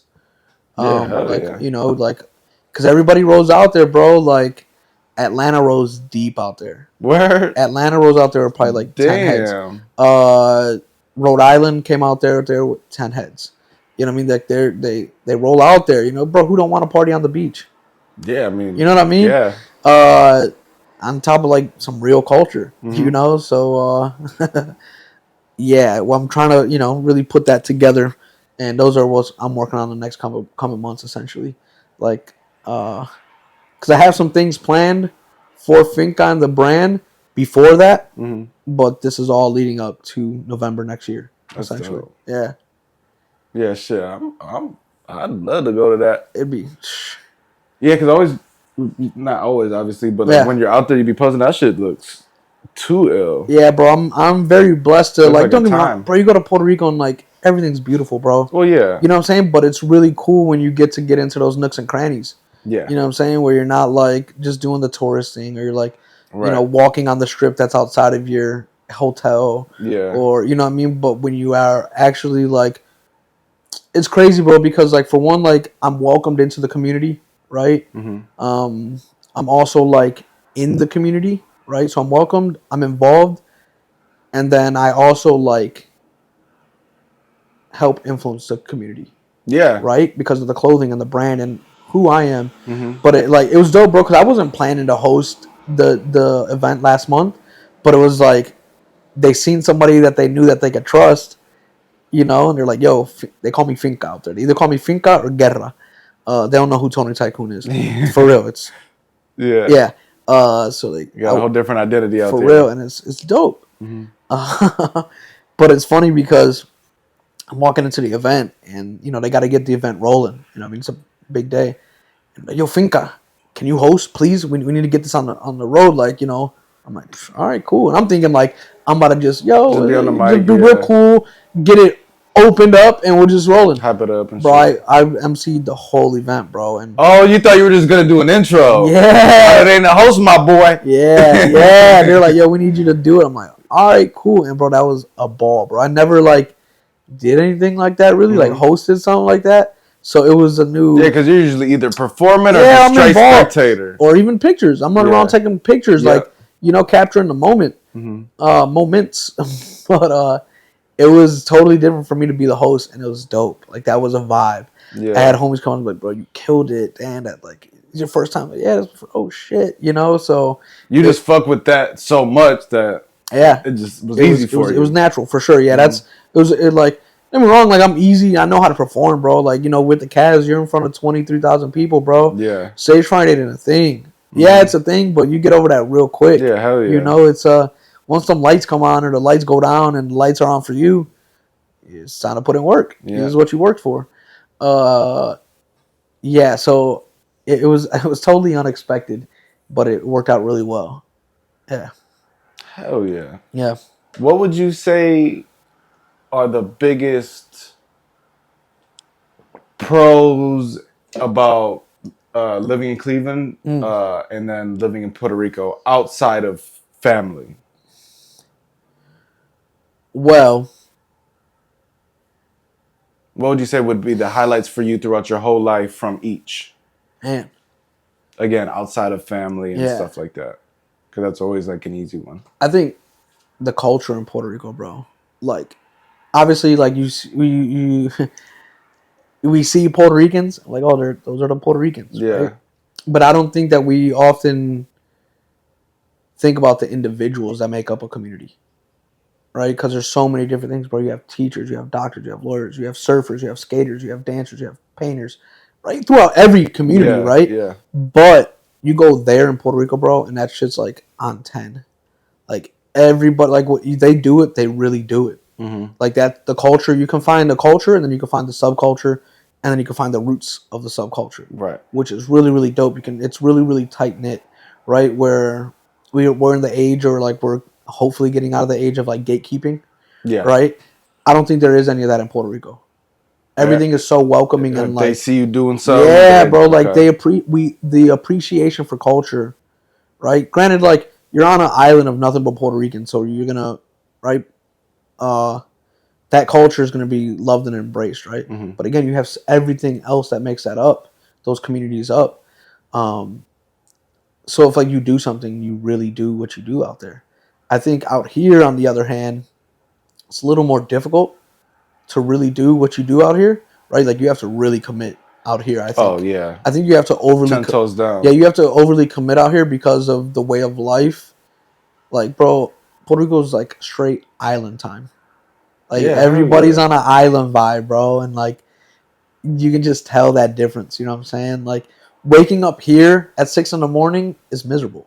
Yeah. There, you wake up at 6 a.m, you're like, let's go. Yeah, you know? Feels you good. just feel good, bro. Yeah. Like, nobody wants to wake up to 34 and snowy and rainy, bro. Like, just gloom. Yeah, gloom and doom. Like, for real.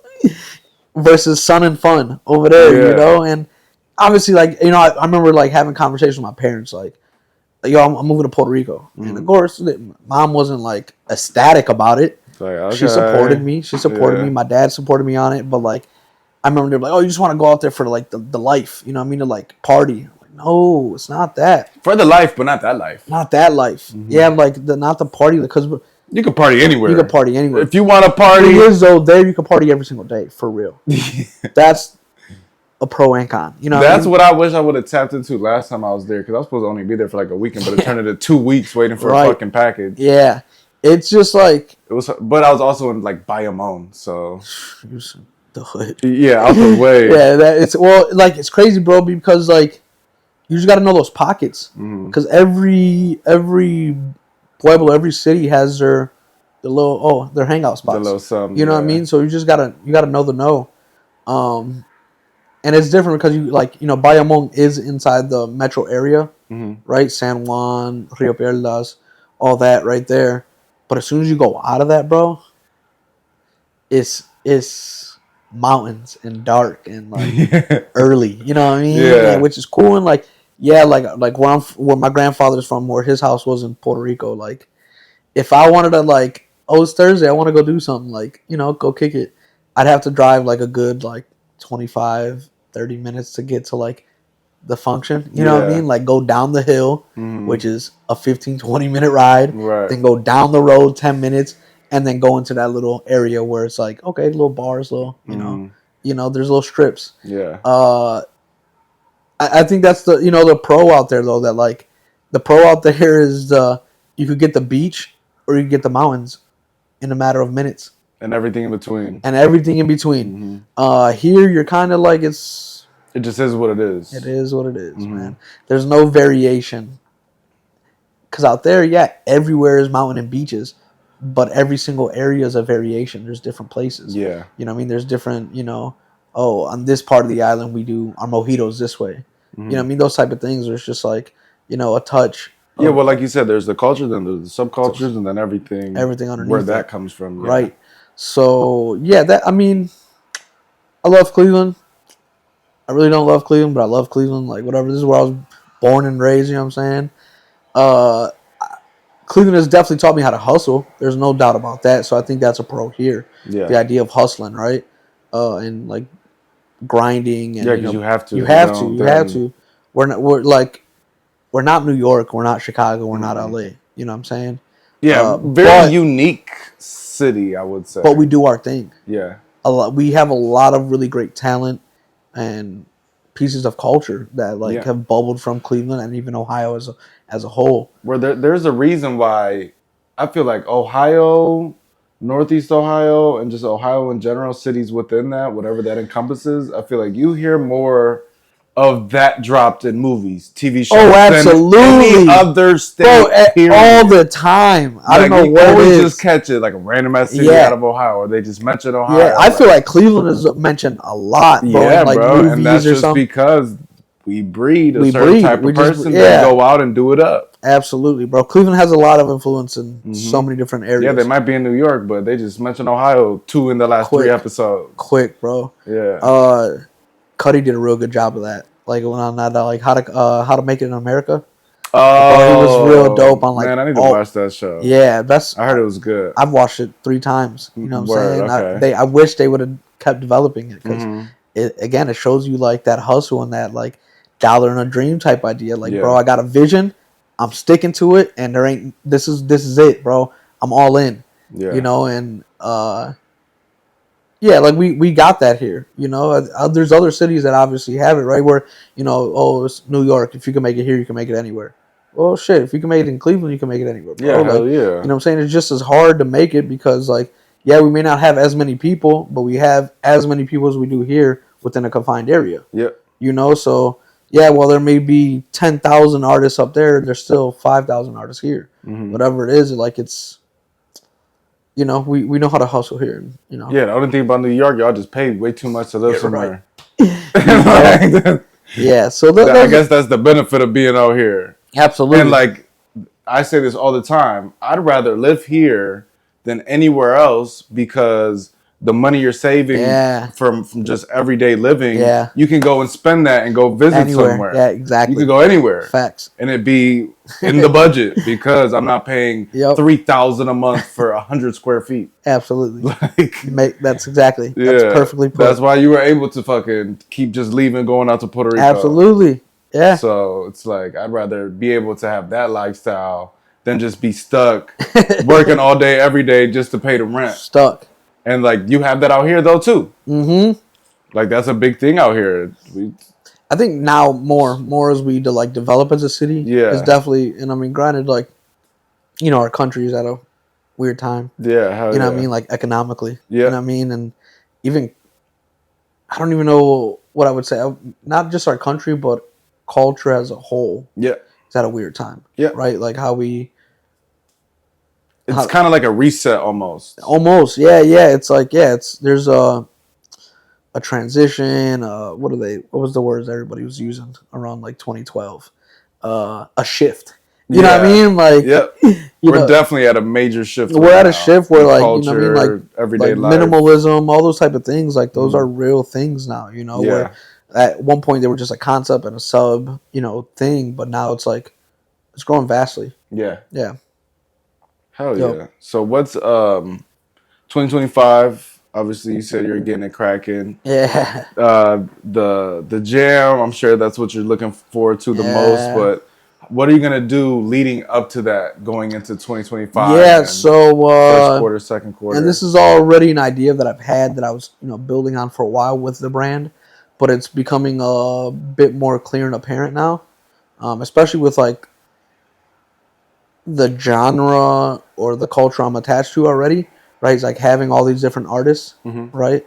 I'm gonna start building teams.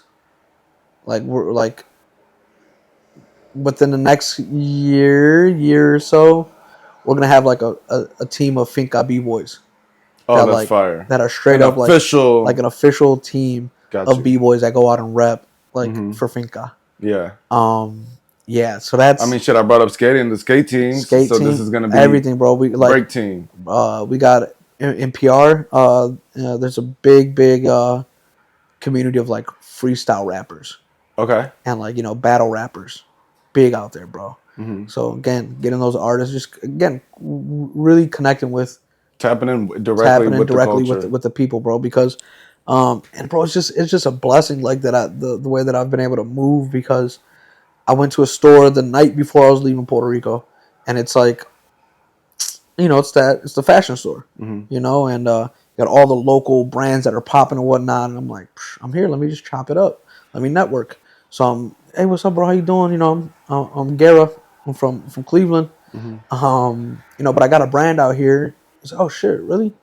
He's like, yeah. What's your brand? I'm like, oh, my brand's Finca. He's like, bro, you're Finca? Bro, I've been waiting to meet you like that, bro. And that's That's bro. That hard. and that's a blessing, I was about to bro. say that's got to feel so It good. does, bro, Hmm. because like again, like I don't know this dude, Hmm. like you know what I mean, and kind of find out, like, yeah, bro, I'm an artist. Look, I follow you out. I like your post. I'm like, dang, bro, this is crazy.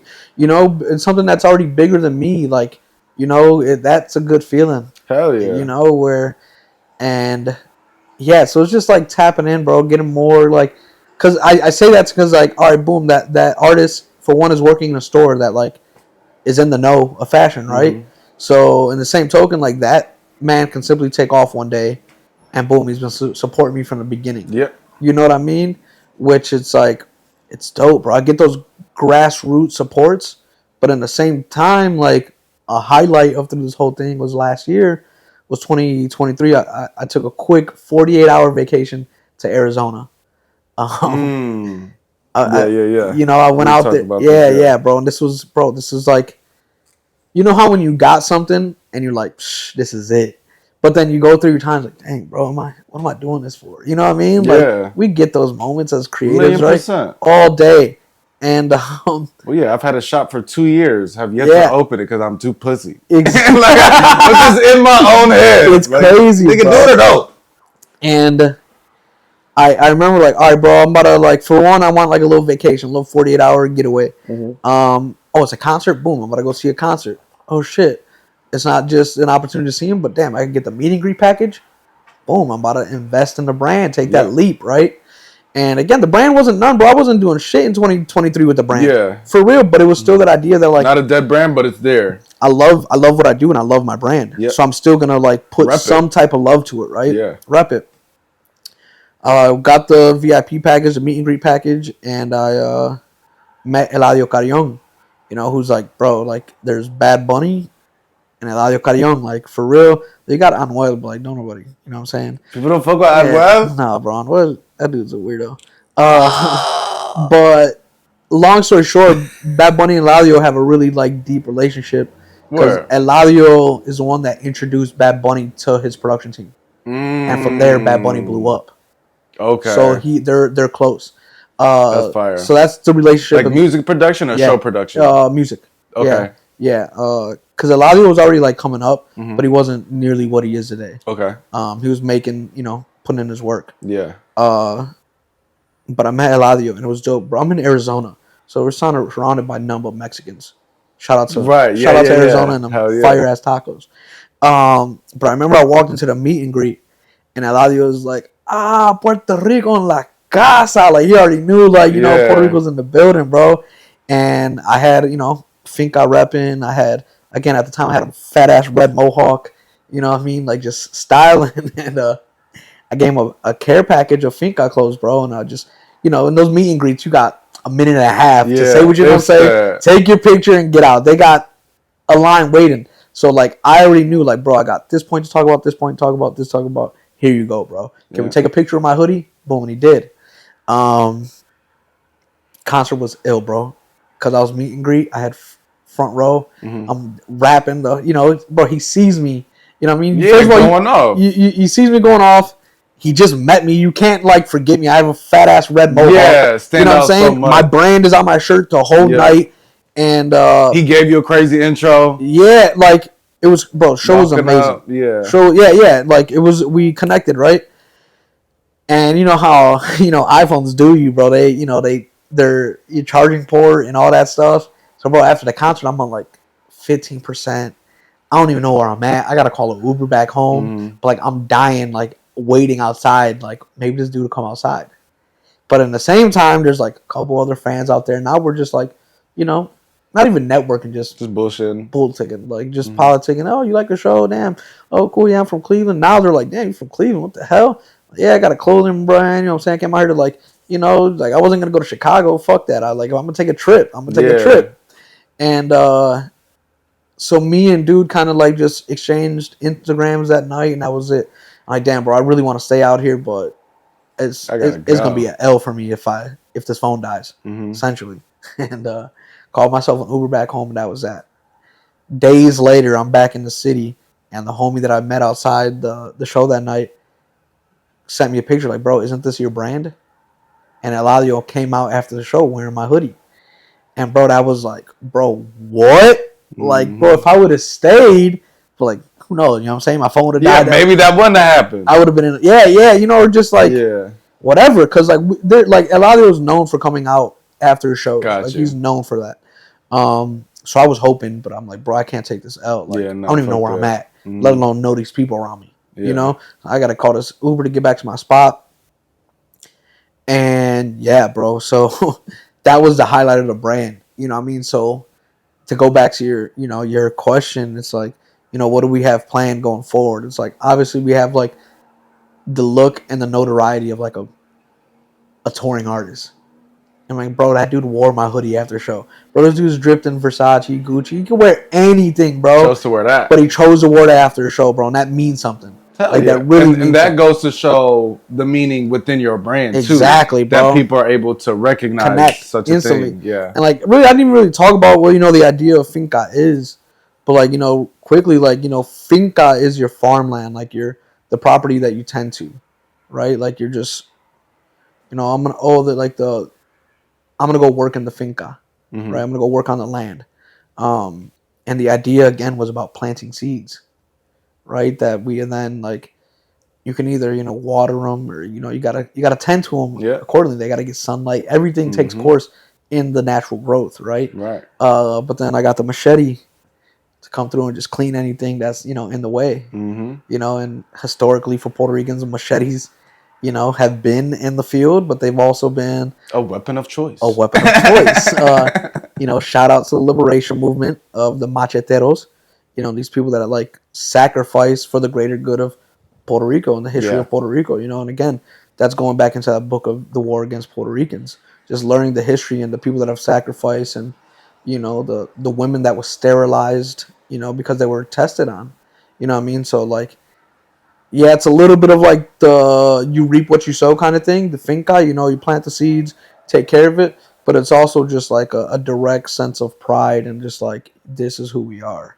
Yeah, on a more grand scheme, like this is my farm, Yeah, Puerto bro, Rico. Puerto Rico, That's my bro. home. This whole thing is the home, man. And the idea and the goal is to have my own finca. I want to have my own house with my own farmland, bro. Yeah. Some mango trees, some avocado trees, maybe a cow and a horse. Mhm. You know what I'm saying, bro? Like, who don't Get it want poppin'. that? Yeah, that's my end goal. My end goal is also a farm. Yeah, bro. I'm trying to get out the city, a bro. pager, a flip phone, and an email. And the flip phone stays off. That's good. The pagers, I'll just check my email. If I see a pager, it better be an emergency. Yeah. That's really it, man. So just like connecting with the locals still, bro. The biggest thing is the locals, because those are the people that are going to support me. Yeah. Those are the families. Those are the mom and dads that are going to buy their kids the shirts, or the hoodies. But also tapping into the world that I'm already involved in. You Yeah. know, like the barbering world.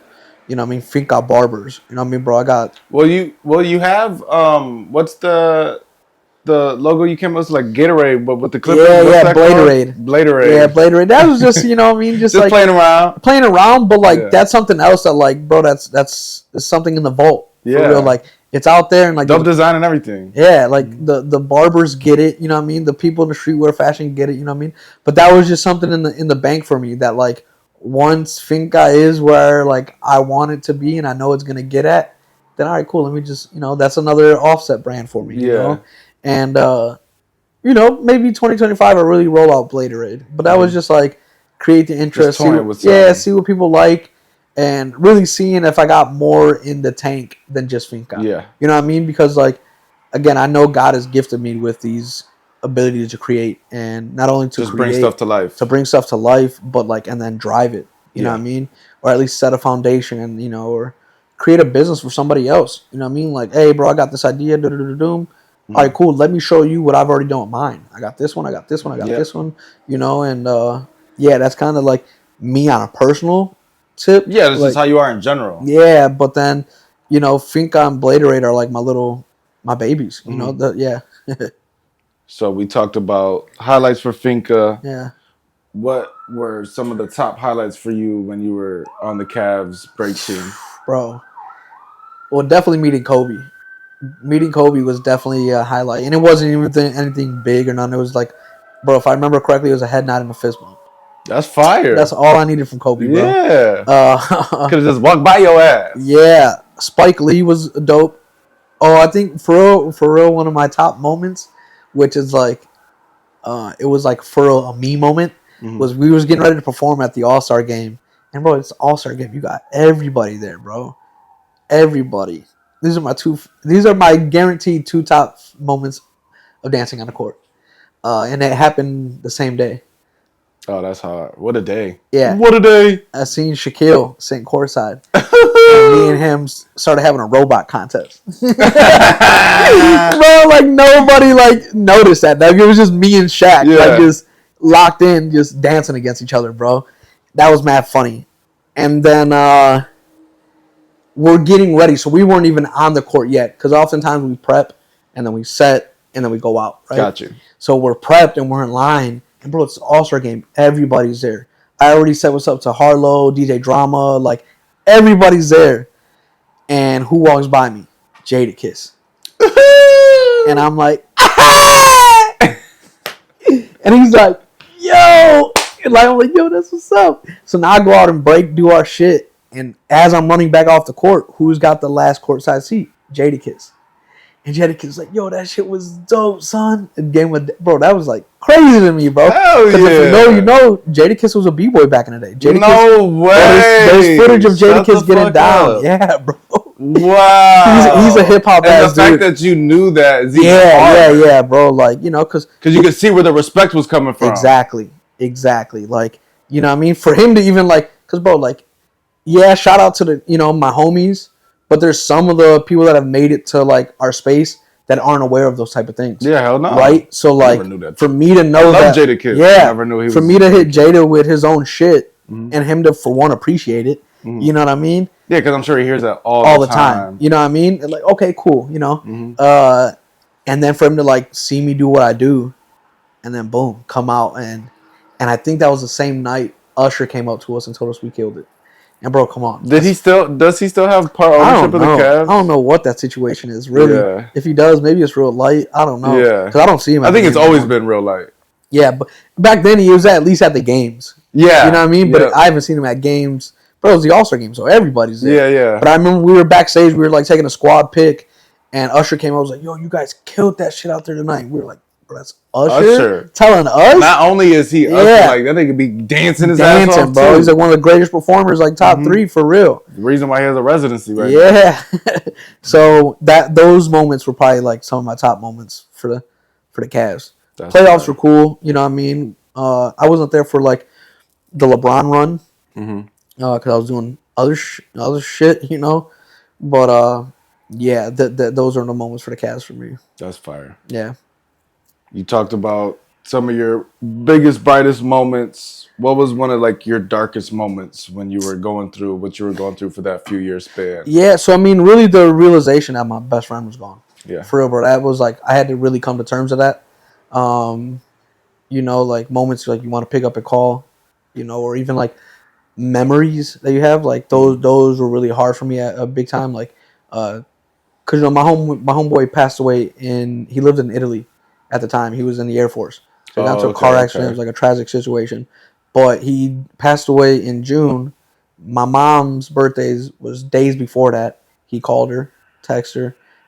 Weeks before that was Mother's Day. He FaceTimed my mom's. Like, bro, those, you know what I'm saying? Like, that's not even for me. That's my mom's. You know what I'm Yeah, saying? hell So yeah. like having those type of like moments and those like, damn, that sucked. You know what I mean? Where like my homeboy can't call my mom anymore, right? Yeah. And now I gotta call his mom and say happy, Right. Mother's Day. Hmm. Come on, bro, happy Mother's Day. Yeah, hell So no. those moments were really really tough, bro. Um, yeah. Those were some of the worst moments because I knew God got me. You know what I mean? But I didn't know what it You looked still like. got to deal with it I still got to deal with it, mm-hmm. and I didn't know what and like. get through it over it. Yeah, I Yeah. didn't know what it was gonna look like in the end. I was like, all right, I know God got me, but like, what is it? What does that even mean? Yeah, where am I What does going that to end look up like? at? You know what I mean? Yeah, those were. Mm-hmm. Was there somebody there or like a group of people that kept helping uplift you throughout those times, or Yeah, were you kind of shutting everything out? so I was always around friends. Mm-hmm. Like I definitely like throughout that period, right? I got close with a lot of people. Um, I had people that were there just for that season, and that's cool. Like, thank you for that time. You And know what I mean? that helps you Yeah, get and through that that helped. You know what I that mean? Like, segment of life. yeah, like I remember I had a really good friend, and everybody swore we were dating. Like, bro, no, like we're just That's just friends, a bro. Like homegirl. that's a homie for one that I grew up with, Mm-hmm. and two, like she sees that like I can't be alone. You Yeah, know what I mean? That like Tony should probably have somebody hanging out with him. that's You know what I fire. mean, bro? So I appreciated all those moments, and Yeah. uh my parents, bro, my parents were raw, bro. My parents always like did everything they could to make sure I was cool. Checking in on me and letting me sit where I was at, but not letting me sit so long that I smell. You know what I mean? Yeah, If that yeah. makes sense. No, for You sure. know what I mean? But like, yeah, like they're it was cool, man. Like it was funny because we at least when Dennis passed away, we had a meeting ground. We for real had a place that all the homies that knew Dennis could meet up at and link up at. Nice. That was the fun wall. How often was this? Every single day, Oh shit. bro. Because remember, he passed away in June, so it's summer. Ah, yes. So, Okay. and bro, we're all 19, 20, 21. Everybody got part-time jobs. Ain't nobody doing Yeah. nothing, bro. Yeah. You wake up in the morning, yo, what you doing today? Oh, I got to work till 11. You know what I mean? And, Yeah. okay, cool. Meet me at the wall, bro. This was every single day. And that healed a lot. That at least Yeah. had like a place I could go to that like was ours, Yeah. and everybody would meet up there. So I'd be with all the homies, all his high school friends, all his cousins, his family. Everybody would just meet up there every day, and it was Everybody that had a mutual love yep. for him. Yeah. And that was really healing. That was really healing, and it was crazy because right around the time that like I was like healing, you know what I mean, actually like going through the process of like being healed. Right. Funwall was like dismantled and like gone. They knocked it down, and like Damn. the community, it's like, you know what I mean, because it was an abandoned plot essentially Gotcha. that we built a skate park on. The homies, I didn't, I showed love there, but like the homies built a skate spot there, and it was like a graffiti DIY hangout spot. Gotcha. And after it's funny because remember the movie The Land that like Yes, Esri yes. was in? They had a little situation where they were filming there, Gotcha. and because of that, it kind of like Blew it up a It little blew it too up, hot. yeah. It made it a little too hot. yeah, and it was just not good for the landowner who was leaving it abandoned anyways. Yeah. The city started pulling up on them on like, all right, what do y'all about to do with this land? Mhm. You got random people here all day skating, hanging out, doing graffiti, yeah. And the city plans wasn't having that. Yeah. Yeah, hell no. yeah. West 25th, because it was right off West 25th. West 25th, like, yeah. nah, bro. That's a target area. Yeah, exactly. Now there's condos and shit everywhere. But yeah, it was just being able to have a place with friends to have a common ground. Yeah. Because we were all going through the same shit. I don't say, oh, pity me, that was my best friend. You know what I'm saying? Like, bro, that was everybody's friend. It just happened to be my best friend. That's all. You know what I'm saying? Dennis was a good person to mad people. So, and people loved him. So it was just simple to just be together as a community. Yeah. Like that was, that made it easier for sure. Well, yeah, I feel like if you usually have this one core person who has an impact on so many people, you guys can all relate on some type of level. Then you know what I mean. Absolutely. You guys have to be along the lines of the same type of character and all that stuff. Absolutely. So I have this little segment before we get out of here called "Really Does This or That." Oh shit! I'm sure you get the little thing. So take these however you want them, break it down however you want them. Breaking or Finca? Ooh, man.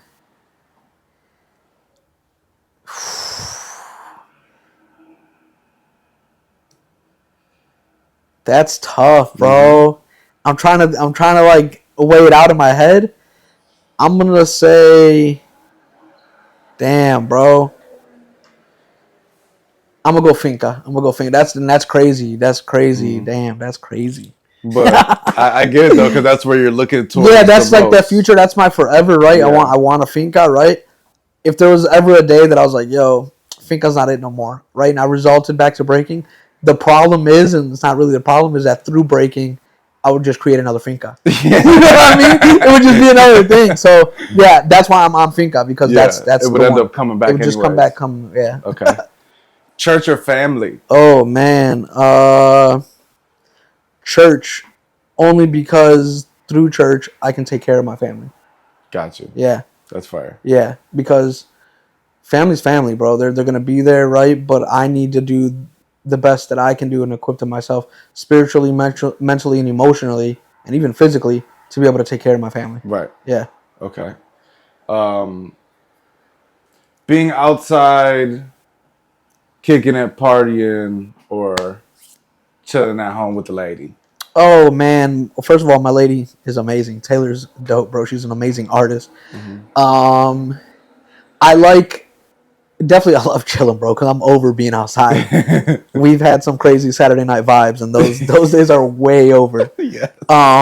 Agreed. Those days are way over. So I definitely enjoy being inside, especially with my lady and her daughter, and our dogs. Building and working towards a family, but yeah, that I was gonna say, taking her outside with me, having her experience those moments and like the scene we know, you know what I mean. But if it had to come down to it, picking, I'm gonna be with my girl at the house. That's no doubt. Right. We're making cookies. Hell yeah. The mountains or the beach? Ooh, now this might be the hardest one yet, bro. The mountains. Because in the mountains you got the rivers. That's really my love. Okay. The rivers, bro, being just like tucked off into the middle of the mountains and knowing there's a waterfall there and no one being around you is amazing. Right. Absolutely amazing. Okay. That's what's up. Doing those tours or hosting a dance battle? Woo. Because it's kind of like the same. Yeah, mode, right. Just being a host. Yeah.